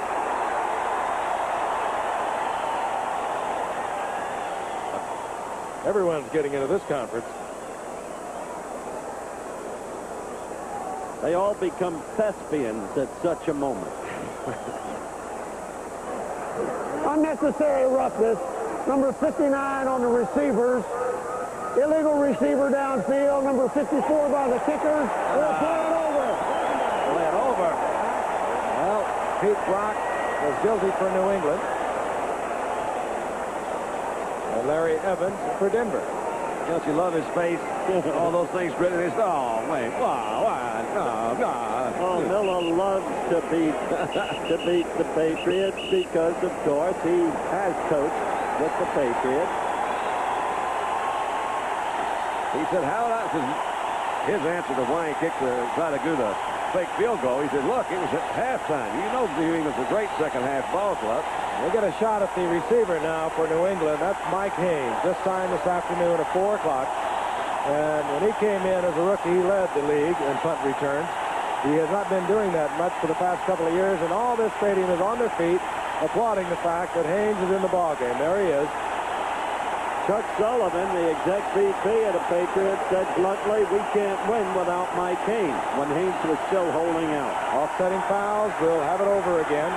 Roland James shaken up on that punt return, so it's Haynes. Prestridge, this time, will hang it high. Haynes does not call for the fair catch, and he's taken it to the 37-yard line. That's a little risky, my friend. Yeah, that's And again, another discussion over an illegal receiver, illegal man downfield against Denver. And I would suspect New England would like to try it over again. There'll be a lot of screaming and yelling when those coaches look at those kicking reels of this game, because those are the mistakes that you're not supposed to make at all. You may make them in the early season, but... Would you decline this penalty, Dunn? No, I think I'd take and let them kick it again. 2 reasons. They've been the kicking teams out there. They've had to run down the field twice for one reason. Another reason, that's not particularly good field position. And with Haynes back there, as we mentioned, he's capable of doing some great things with that ball if he gets it. So I think it's a good call. If he's in shape. Well, he's not tired. That's the point. Another good point was that kicking team is tired. Yeah. Illegally downfield. Number 52 on the offense. Still 4th down. A rookie from California, Greg Braceland, down there early for Denver. So now Haynes will move up to New England's 45-yard line as Luke Prestridge will be kicking away from about his 7 or 8-yard line.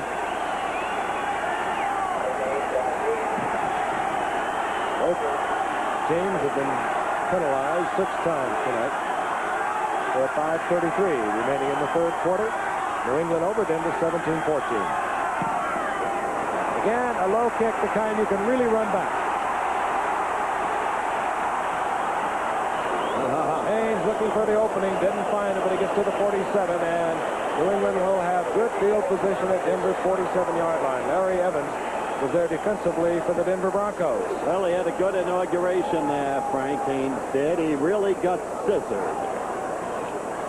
We'll be back, and New England will be in good field position. A new quarterback.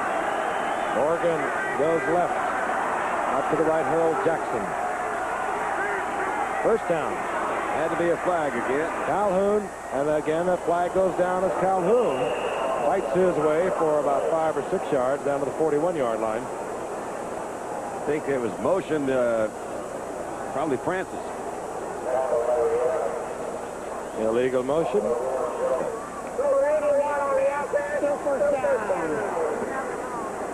Back to the 48-yard line.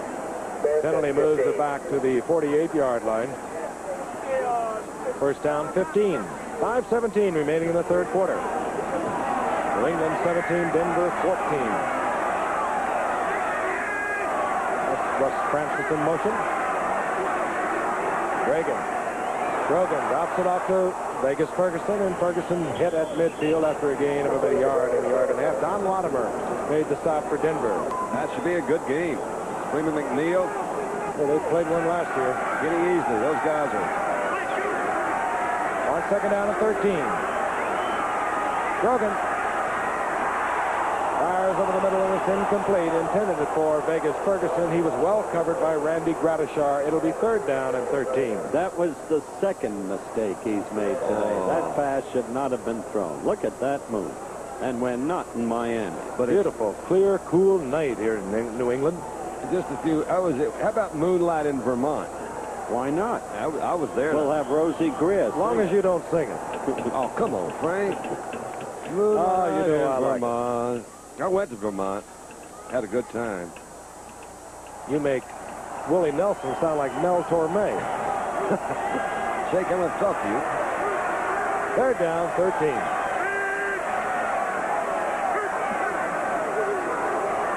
Grogan to the air once again. Fires for Francis. And in a defensive battle, Bob Nairn was the winner. He knocks it away. And Francis complaining that he was held. Well, the ball was thrown for Francis to make his move around Nairn to get in there. He never didn't quite get around, you see. I tell you, Nairn has had a lot of calls tonight. He's doing all right. A heck of a game. That is a nice replay. That was a nice shot. On fourth down, Mike Hubach will punt for New England.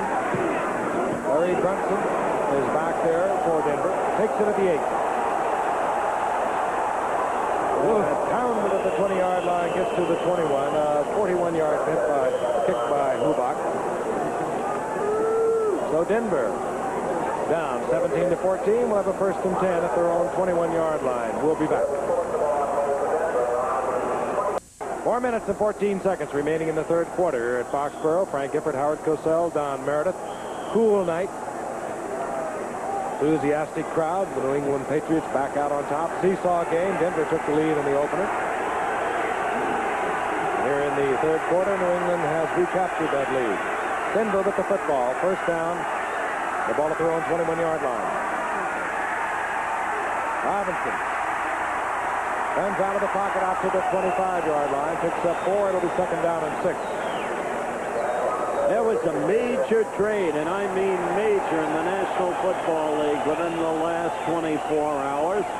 That man, one of the best all-purpose backs in the National Football League, sent by New Orleans to the San Diego Chargers. The very dimension, Frank, that the Chargers so desperately needed to be a super team. Well, when I heard that trade, I thought, boy, this puts them over the top. They're already 4-0 in the season, and they got the strong running back they've needed. Second down and 6 for Denver. Moses in motion. This is Otis Armstrong. Armstrong runs in to Steve Nelson. Line of scrimmage, give him a yard and a half. It'll be third down and 4. And another tough cookie named Raymond Claiborne from Tix. He was a teammate of Earl Campbell's. He was another of those first-round draft choices. Super speed, a tremendous player, and a puncher. if you ask a certain sports writer in Boston, whom he punched out and got fined for so doing. Oh, it was the other way around.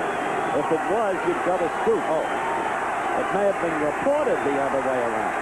3rd and 4 for Denver. Rob Lytle in there, number 41, a setback for the Broncos. Play action by Robinson. He tries to run out of the pocket. He's taken by Max the sack, Tony McGee. Didn't fool Mac, did they? The 10-year veteran athlete out of Bishop. And he just comes in on pass situation, disregards totally the run, and turns her loose, and he was right in Matt's face. Probably was reading it. Yeah, they read that Tom Glassick was the guard pulling out in front. McGee didn't follow that time. Came back out, played in behind Glassick. Well, that series was a very important failure for Denver because now New England, if they can connect, can build a cushion. Luke Prestridge on 4th down for Denver in there to punt. Roland James at the 38, indicating New England will once again have good field position. Good punt by Prestridge, taken by James at the 30. And a flag is down as James hurdles out over the 40-yard line. 45-yard punt by Prestridge. Flip. Appears they caught Bill Matthews.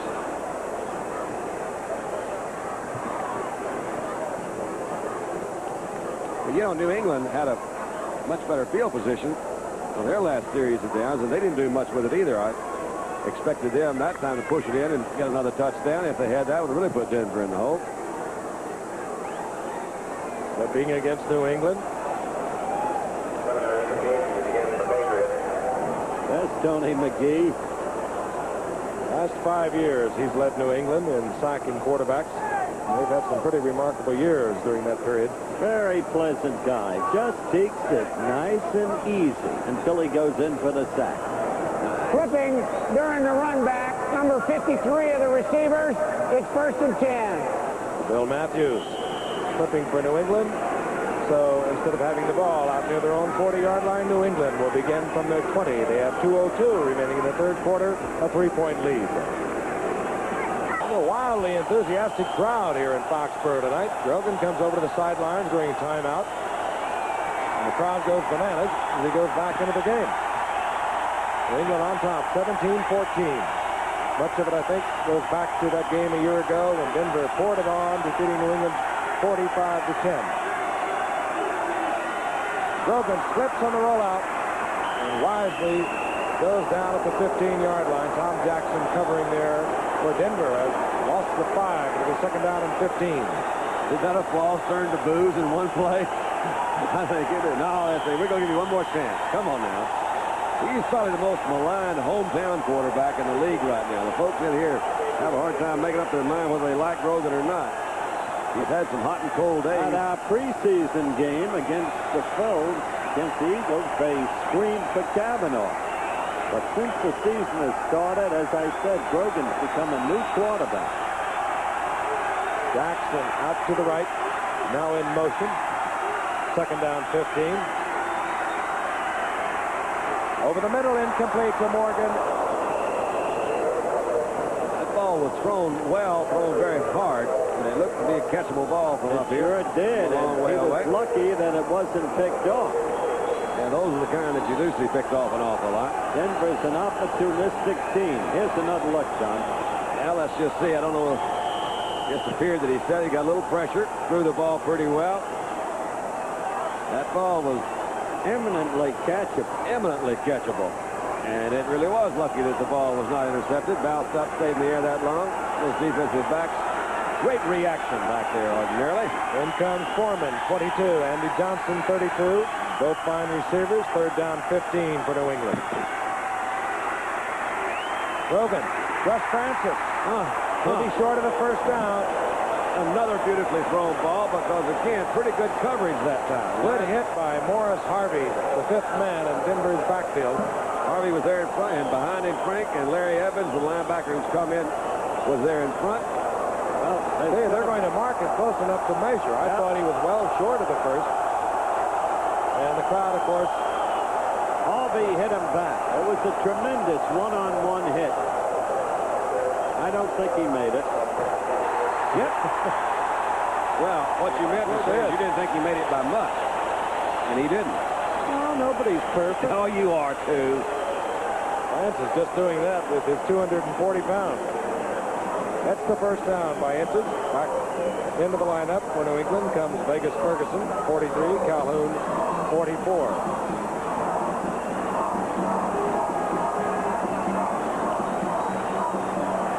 Less than a minute remaining here in the third quarter. First and 10 for New England.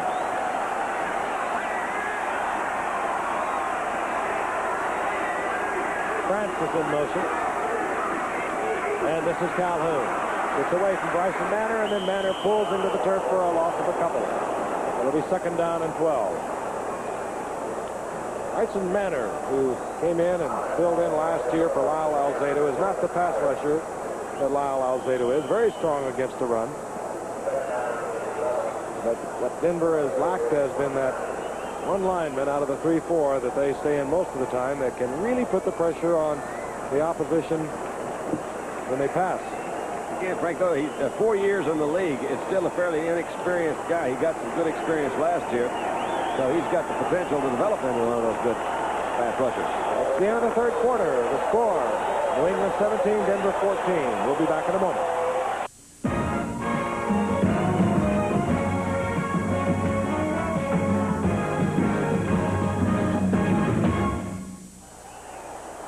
It's a cool, crisp fall evening here in New England, and the Patriots are on top of the Denver Broncos as we begin the fourth quarter, 17-14. Patriots have the football. Ball at the 29-yard line, their own 29, second down and 11. Rogan, a hot hand tonight against a very stubborn Denver defense. Jackson in motion. Rogan forced out of the pocket by Bryson Manor. Down the sideline goes Grogan, and he's pounded at the 35-yard line by Rulon Jones, the rookie from Utah State. I guess there's just some instincts that you just have a hard time getting rid of. He just doesn't run out of bounds, does he? Picked up about 6 yards on that attempt, and another flag is down. It's going to be defensive holding against Denver. That's a big break, but the pass. That kid you just called on, Rulon Jones, Frank, they were counting on him to provide the pass rush, left vacant by the departure of Alzado, but he hasn't done it yet. Rulon Jones coming as Denver's first pick in the second round. They lost their first pick, acquiring Matt Robinson. Gave up a first and a second for their quarterback, Matt Robinson. This will be an automatic first accompanying this penalty. Holding by the defense, number 20, first down. Louis Wright, the cornerback for Denver, holding. The first down is at the 40-yard line as we look at the third quarter stats. Now the whole edge is in quarterbacks. Rogan over Robinson. And that's the edge in total yardage because in rushing, Denver still leads. Time of possession, New England control. New England with the football near their own 40-yard line. They have a 17-14 lead. This is Don Calhoun, and Calhoun finds an opening. Moves out for a crisp 6 yards to the 46-yard line. It'll be second and 4. Bryson Manor over there defensively for Denver.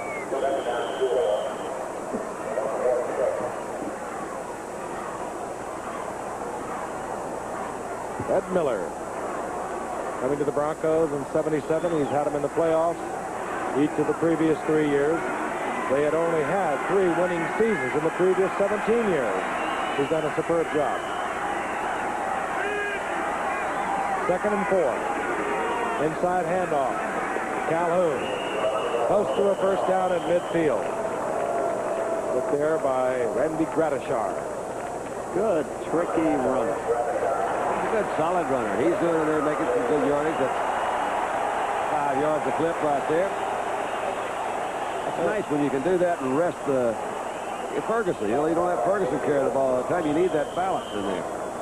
He has really came to life did Calhoun last week against Seattle. I like the way he uses Foreman, too. 2nd and long and 3rd down passing situations. That's right. Earhart's philosophy was that Minnesota built their whole offense around him. He just wants Foreman to help a little bit. Calhoun again. This time Calhoun goes down. He's hit there by Larry Evans, number 56. Evans has stepped in and played good ball tonight. He's been around the ball quite a bit. You think Barney Chavis there, number 79, in front of him. If you weren't with us earlier, Joe Rizzo, the veteran inside linebacker for Denver, went out of the lineup in the 2nd quarter. And of course, Bob Swinson, their outstanding outside linebacker, will not be available until after tonight's game, having been on the injured reserve. Gain of about a half a yard. It'll be 2nd down and 9. The ball just inside Denver territory.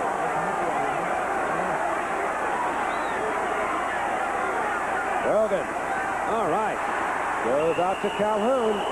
Bob Nairn out there covering, but Calhoun takes it down to the 42-yard line, short of a first down by a couple. We've got a big one. Hey, Calhoun is doing everything that Sam Cunningham did for the Patriots over the last few years. He's catching the ball. He's running it well. Perhaps he's not the blocker that Cunningham is. They want to trade Sam Bam, but they haven't been able to get what they think they deserve to get for a player of Sam Bam's stature. What puzzles Bucko Kilroy, by the way, is the other holdout, Tom Owen. The kid at home in Wichita. A most respectable quarterback, as you know, Gipper. Kilroy makes the point, how could nobody want Tom Owen? They're signing quarterbacks without his background in the league. Stanley Morgan being carried off the field. He had run a fly pattern all the way downfield. We didn't even see anything occur down there, and he's being assisted from the field now. We'll attempt to get a report from the sidelines as quickly as we can. They have twisted it going down or cramped. It appears to be cramps. They're rubbing both of the calves of his legs. That can really be painful. It should go away after a while. 3rd down and about a yard for the Patriots. Vegas Ferguson. Total disregard for the body. Hurdles down to the 40-yard line. He's close to the first down. He got it. Vegas Ferguson, the rookie #1 draft pick for New England, picks up the first down. And we are told that Stanley Morgan suffered cramps. You know, Bucko Kilroy made the point, Don. He said, how could nobody want Owen, who has had an accomplished record? He's proved himself. And he said, look at Green Bay picking up Pisarkowitz, who did not with the Cardinals. Bucko may have wanted too much. 1st and 10. Rogan quickly to the air. I'm telling you, that's Harold Jackson has a first down inside the 30-yard line. That was a terrific throw, Frank, as was the one to Calhoun just a play or two before that. Those are those clothesline throws that they say the quarterbacks have got to be able to throw this one. This is that long sideline pattern. No, very few ripples in that ball and right on the money. To Action Jackson. The other point, Don, they've taken 5 minutes thus far in this drive. So the Pats, even though there are still 12 minutes and 14 seconds remaining, are using the clock. Rogan now 17 of 23, 210 yards, a touchdown, has 1 interception. And he has the Patriots moving once again. Vegas Ferguson following Calhoun, and down goes Ferguson, turning back to the inside. Gets a yard and a half. It'll be 2nd down and 8. Hey, you know, Frank, but we forgot that this telecast is presented by the authority of the National Football League. Now, it's intended for the private use of our audience, so any rebroadcast or other use of this telecast without, of course, the express written consent of the National Football League, that's prohibited. You can't do that. I'd like to do that. That's the first time I've heard the disclaimer properly read. Thank you. 12th play of this drive coming up, so don't you touch our telecast, whatever you do. All right. Rogan tries to go deep.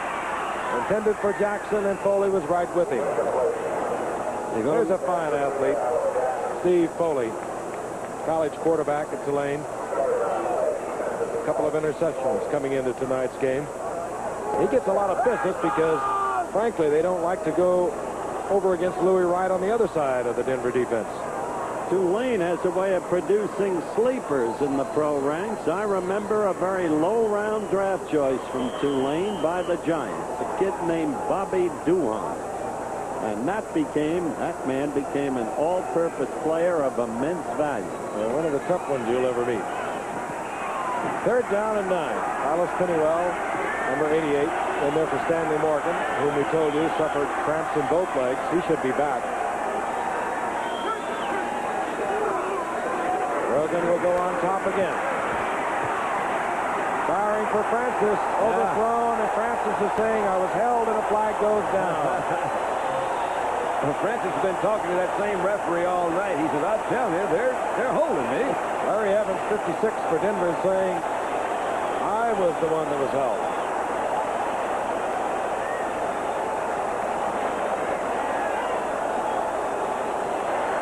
Pass interference. Number 36 on the defense. First down. They call it against Bill Thompson, the strong safety for Denver. Number 36. I was watching Francis as he came off the line. He made a pretty clear move off the line, but you'll see.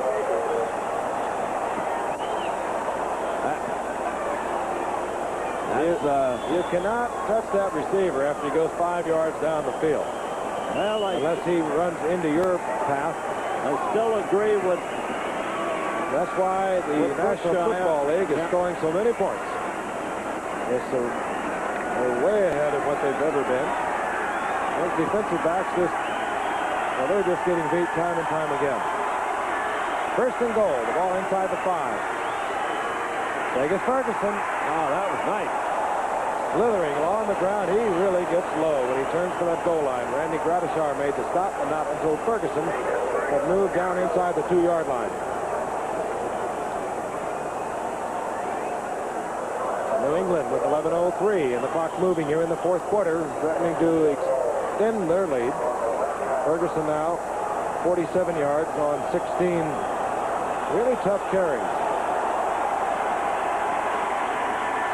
He's been used extensively at the goal line and in short yardage as Ferguson. Gets the call again.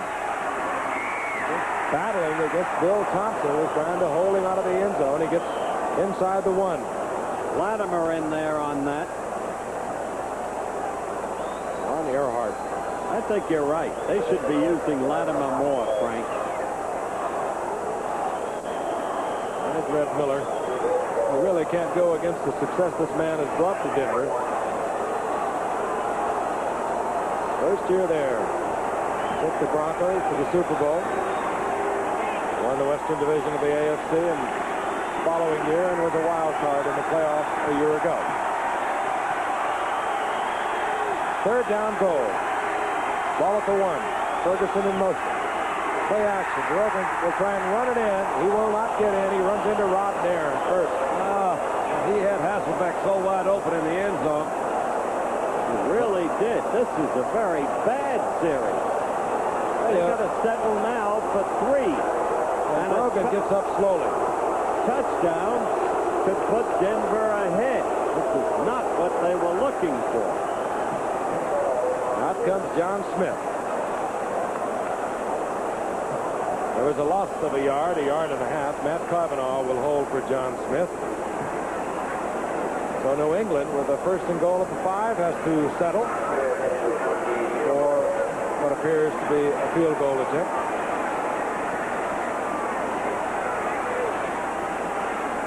A 29-yard attempt by John Smith. To the uprights, another 19-yard attempt. Notice how carefully Frank said what appears to be a field goal attempt. He said it because Cavanaugh was the holder, and Cavanaugh, of course, is a fine young quarterback. So Denver is still within a touchdown and a conversion. Will kick off for New England. Larry Brunson is deep for Denver. Brunson settles in at the 5. Looks upfield, tries to hit the wedge. And out to the 25-yard line goes Larry Brunson. Young man who led the league a year ago with Oakland on 17 kickoff returns with a 26-yard average. Picked up this past week when Dave Preston went on the injured reserve list for Denver. Miller stays with the kid, with number 17, Matt Robinson. One might have expected that he'd turn to the veteran. 1st and 10. Denver battling all the way. Kind of a partisan New England crowd. Otis Armstrong. Armstrong spinning and twisting out to the 29-yard line. Rod Choate and Larry McGrew, the rookie from USC, and they're defensively for New England. While that might be construed as acceptable yardage on 1st down, it wasn't really. Not at this stage of the game. In fact, I don't think it's really even 4 yards. Well, just about. 2nd down and 6.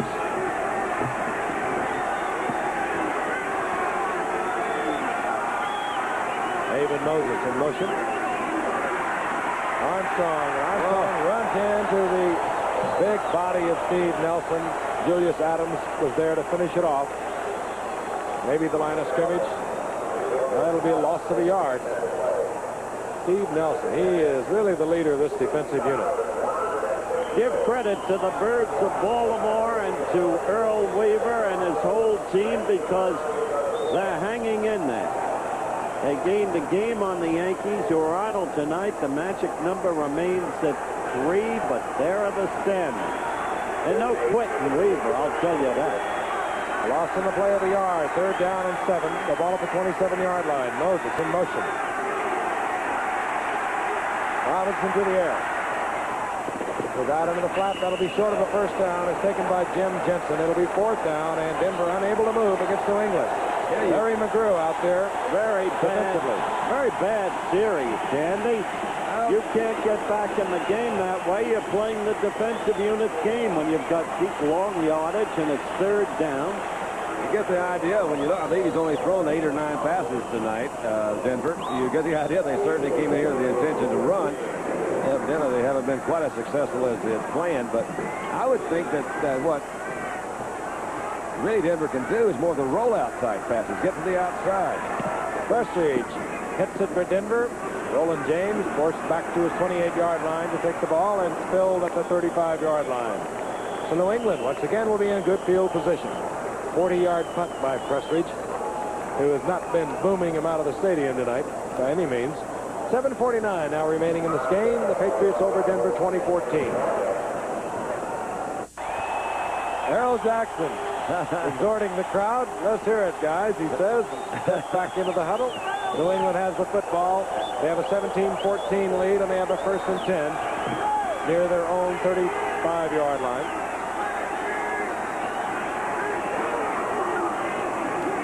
Don Calhoun. Calhoun roars for 9.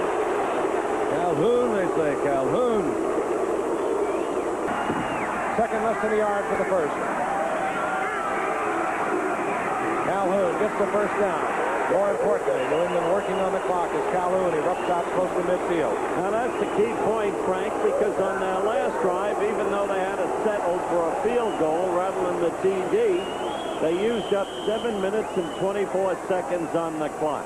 If they can do similarly here, they've clinched the contest. Denver very conservative in their offense tonight.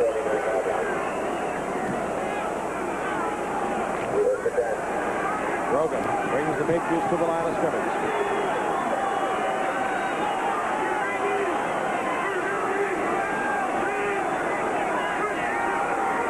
Brogan keeps it on the ground. Hands off to Vegas Ferguson over the left side, and Ferguson tripped for about 2, maybe 3. It'll be 2nd down and 8. And the seconds continue to tick off the clock. Ball at the 48-yard line of the Broncos. What the Pats have to remember is they can't make a mistake. The way Denver's been in those 3 straight playoffs, 3 straight years, is on opportunists, capitalizing on mistakes. And they can still do it. Both wide receivers, Pennywell and Jackson split to the left. But again, Brogan keeps it on the ground. And Vegas Ferguson up close to another 1st down. He'll have it at the 40-yard line. Taken there by Roland Jones. A rookie from Utah State, but again, New England has a first down. Inside 6 minutes and the seconds are ticking off. A cool night in New England, 51 degrees at kickoff time. But not that cold. Oh, beautiful. She's a little extreme. I thought her eyes were really nice. Ron Latimer comes in defensively. The other point for the Broncos. The other point we should have made, Frank, Denver has always had one great strength, which they proved when they held the Pats to a field goal. Short yardage defense. And they showed it. Calhoun again finds an opening. He gets down close to the 35 for another 5 yards, and you can see where Denver is really missing Joe Rizzo, who was hurt earlier in tonight's game, and Bob Swinson. When you play a 3-4 defense, you have to have active linebackers that can step in and fill those holes, stop the running game, and right now New England is just pounding and grinding away on the ground and grinding away on the clock. 4:40, and it's moving. Second down and 5. Ball just short of the 35-yard line of Denver. Vegas Ferguson. Ferguson will have it on the first down. He steps out of bounds at the 28-yard line, driven out by Louis Wright. Stopping the clock with 4:28 remaining in the game. Good shot that time, Frank, of Ferguson following those blockers. You saw him. He's sure not dumb. He knows where to stay, right behind him. Watch him when he comes around the corner here. He's out in front. See Hannah cut off there on the outside. There's a little move. He said, okay. Now it'll bounce out to the outside. Louis Wright had him to the inside. He cut out. He picked up 4 yards on the outside. Good instinct. Good basic running instinct. Indeed, he has shown that tonight. Rookie number 1 drafted Vegas Ferguson from Notre Dame. This time, Brogan uses Calhoun, and Calhoun down inside the 25-yard line. He picks up 3. It'll be 2nd and 7. Randy Gratishar upends Calhoun. You want balance in an attack, gentlemen? Yes. New England, 10 first downs rushing, 9 passing. So close to balance. Let's call it that. That is good. It's the mixing up. I really think that's what Denver thought they could do. I think they felt they could come in here and run more against New England than they've been able to do tonight. Second down, 7. Brogan looks it over with the second ticking off. Ferguson. And Ferguson turns back to the inside, getting down close to the 20. They'll mark it at the 21. It'll be 3rd down and 3. Larry Evans in there initially for Denver, and looking forward, Denver's really had a tough opening schedule, and next Sunday it doesn't ease up. They go out to play at Cleveland, and Cleveland has it back together again. For New England, they'll play their first divisional opponent. They'll be against the Jets at Shea Stadium in New York. The Jets with all kinds of problems. Clearly the single most disappointing team in football, considering the quality of that personnel. Big play for Denver. 3rd down and 3. They have to get the football back. Brogan stays on the ground. Ferguson falls forward, hit by Louis Wright, but he's close to another New England first down. May not have gotten it. Well, they are working on that clock again. They got this thing down to almost 2.5 minutes. Ferguson says, I'm beginning to feel it. Well, the field goal would just about clinch it for the Pats, but they got a kicker.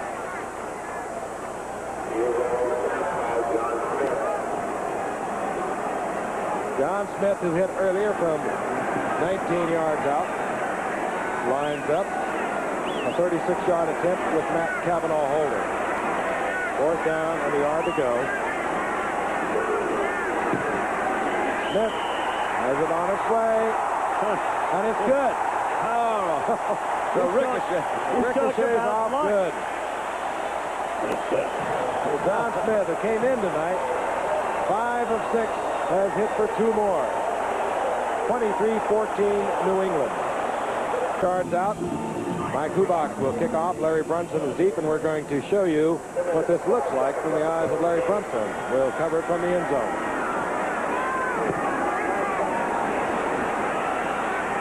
Brunson at the 10. Looking for the wedge. And she finds a small opening out at the 20-yard line and gets forward to the 27-yard line. 2 minutes and 3 seconds now on the clock, and Denver down by 9. With the precious wisdom of 20/20 hindsight, it can now be said that Denver had an offense that played all night for a fumble. Oh, man. Well, they are going to open it up right now. He's attempted 7, completed 4. He's working on his percentage of completion. Steve Watson comes in for Denver, number 81. Now, Robinson will put it in the air. This is Jensen. And Jensen takes it out to the 34-yard line. It'll be 2nd down and 4. Wonder what Craig is thinking. Well, your esteemed veteran on the sideline usually is brought in situations. However, the 2-minute period is not necessarily his strongest suit, and we'll be back just in a moment to see if that decision is made. This ran. A minute and 56 seconds remaining in the game. In Foxborough, New England, looking awfully good tonight. Denver having trouble with their offense. The defense has not played badly, considering they're missing a couple of key elements. Rizzo and Svensson. On 2nd down and 3.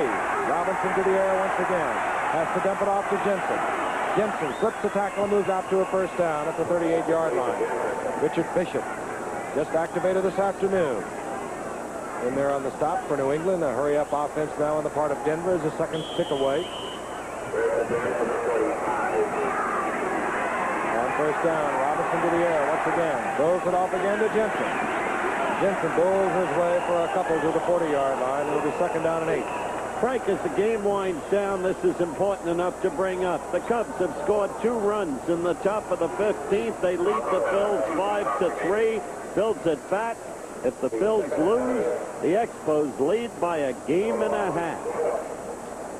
Denver stops the clock with 1:27 remaining in the game, and a reminder coming up on the West Coast immediately following the telecast. That's incredible. Really? Well, it is coming up on the West Coast. And that is incredible. Matt Robinson over to the sidelines, conferring there with the coaching staff. A new offensive coach. A new quarterback coach who has devised a very special passing attack that did not manifest itself tonight. His name is Red Dowhouse. Rod. Matt Robinson, of course, came to the Broncos in an off-season trade with the Jets. They gave up a 1st and a 2nd-round draft pick for Robinson. He really was initiated last week by the San Diego Chargers. They picked off 4 to Matt Robinson, drove him out of the game, and they brought in Craig Morton. He was respectable, but by that time the Chargers, who had piled up 24 points in the 2nd quarter, crawled all over Craig, and they picked off 2 of his passes. Denver in a very fast league, the Western Division of the AFC. Oakland coming back, and San Diego is there. 2nd down and 8. 2 timeouts remaining for Denver. And down goes Robinson. Tony knocked the sack. McGee again in on the stop. Well, Robinson's getting a difficult initiation. He really is. Of course, the defensive line knows that's basically what they're going to do is pass. But before they're giving those tackles, Claudie Miner and Stoddard some trouble, I'll tell you. They're coming out of them with outside moves. Bishop's going to certainly help, but he's back in playing condition in the middle. And this time it is Richard Bishop who crawls in, and He is back. rains all over Matt Robinson. He is back. What sold Red Miller on Matt Robinson? One particular game. Denver leading the Jets at Mile High Stadium 28-7. Matt Robinson consistently beating the double zone, hitting Wesley Walker. The Jets came back and won that game. From that point on, Red Miller wanted Matt Robinson. He's got him. Denver uses another timeout, and the New England Patriots linemen are all hugging Richard Bishop out on the field. It's so much more effective when you get that second guy, big guy in the middle. Of course, you got Ray Hamilton, 71, but you let Bishop come into the other side. That's an awful lot to handle in the middle. As we mentioned earlier, he had the outside guys were doing their job. So then you get up from the inside and the outside. There's no pocket for that quarterback to step up in. Once again, supposedly Robinson's major ability is his ability to scramble and be able to throw on the run. It seems they're really not put that particular style of passing into their offense. That happens to be a truly perceptive comment, Mr. Meredith. Thank you. Tells the story of the diminution of Robinson's talent, the way they're using it. I knew you'd been slipping. I just didn't know for sure why. That's what it was. 1:12 remaining, and Denver can stop the clock one more time. Right now they're looking over a 4th down and 24. And in all probability, they're not going to want to stop the clock.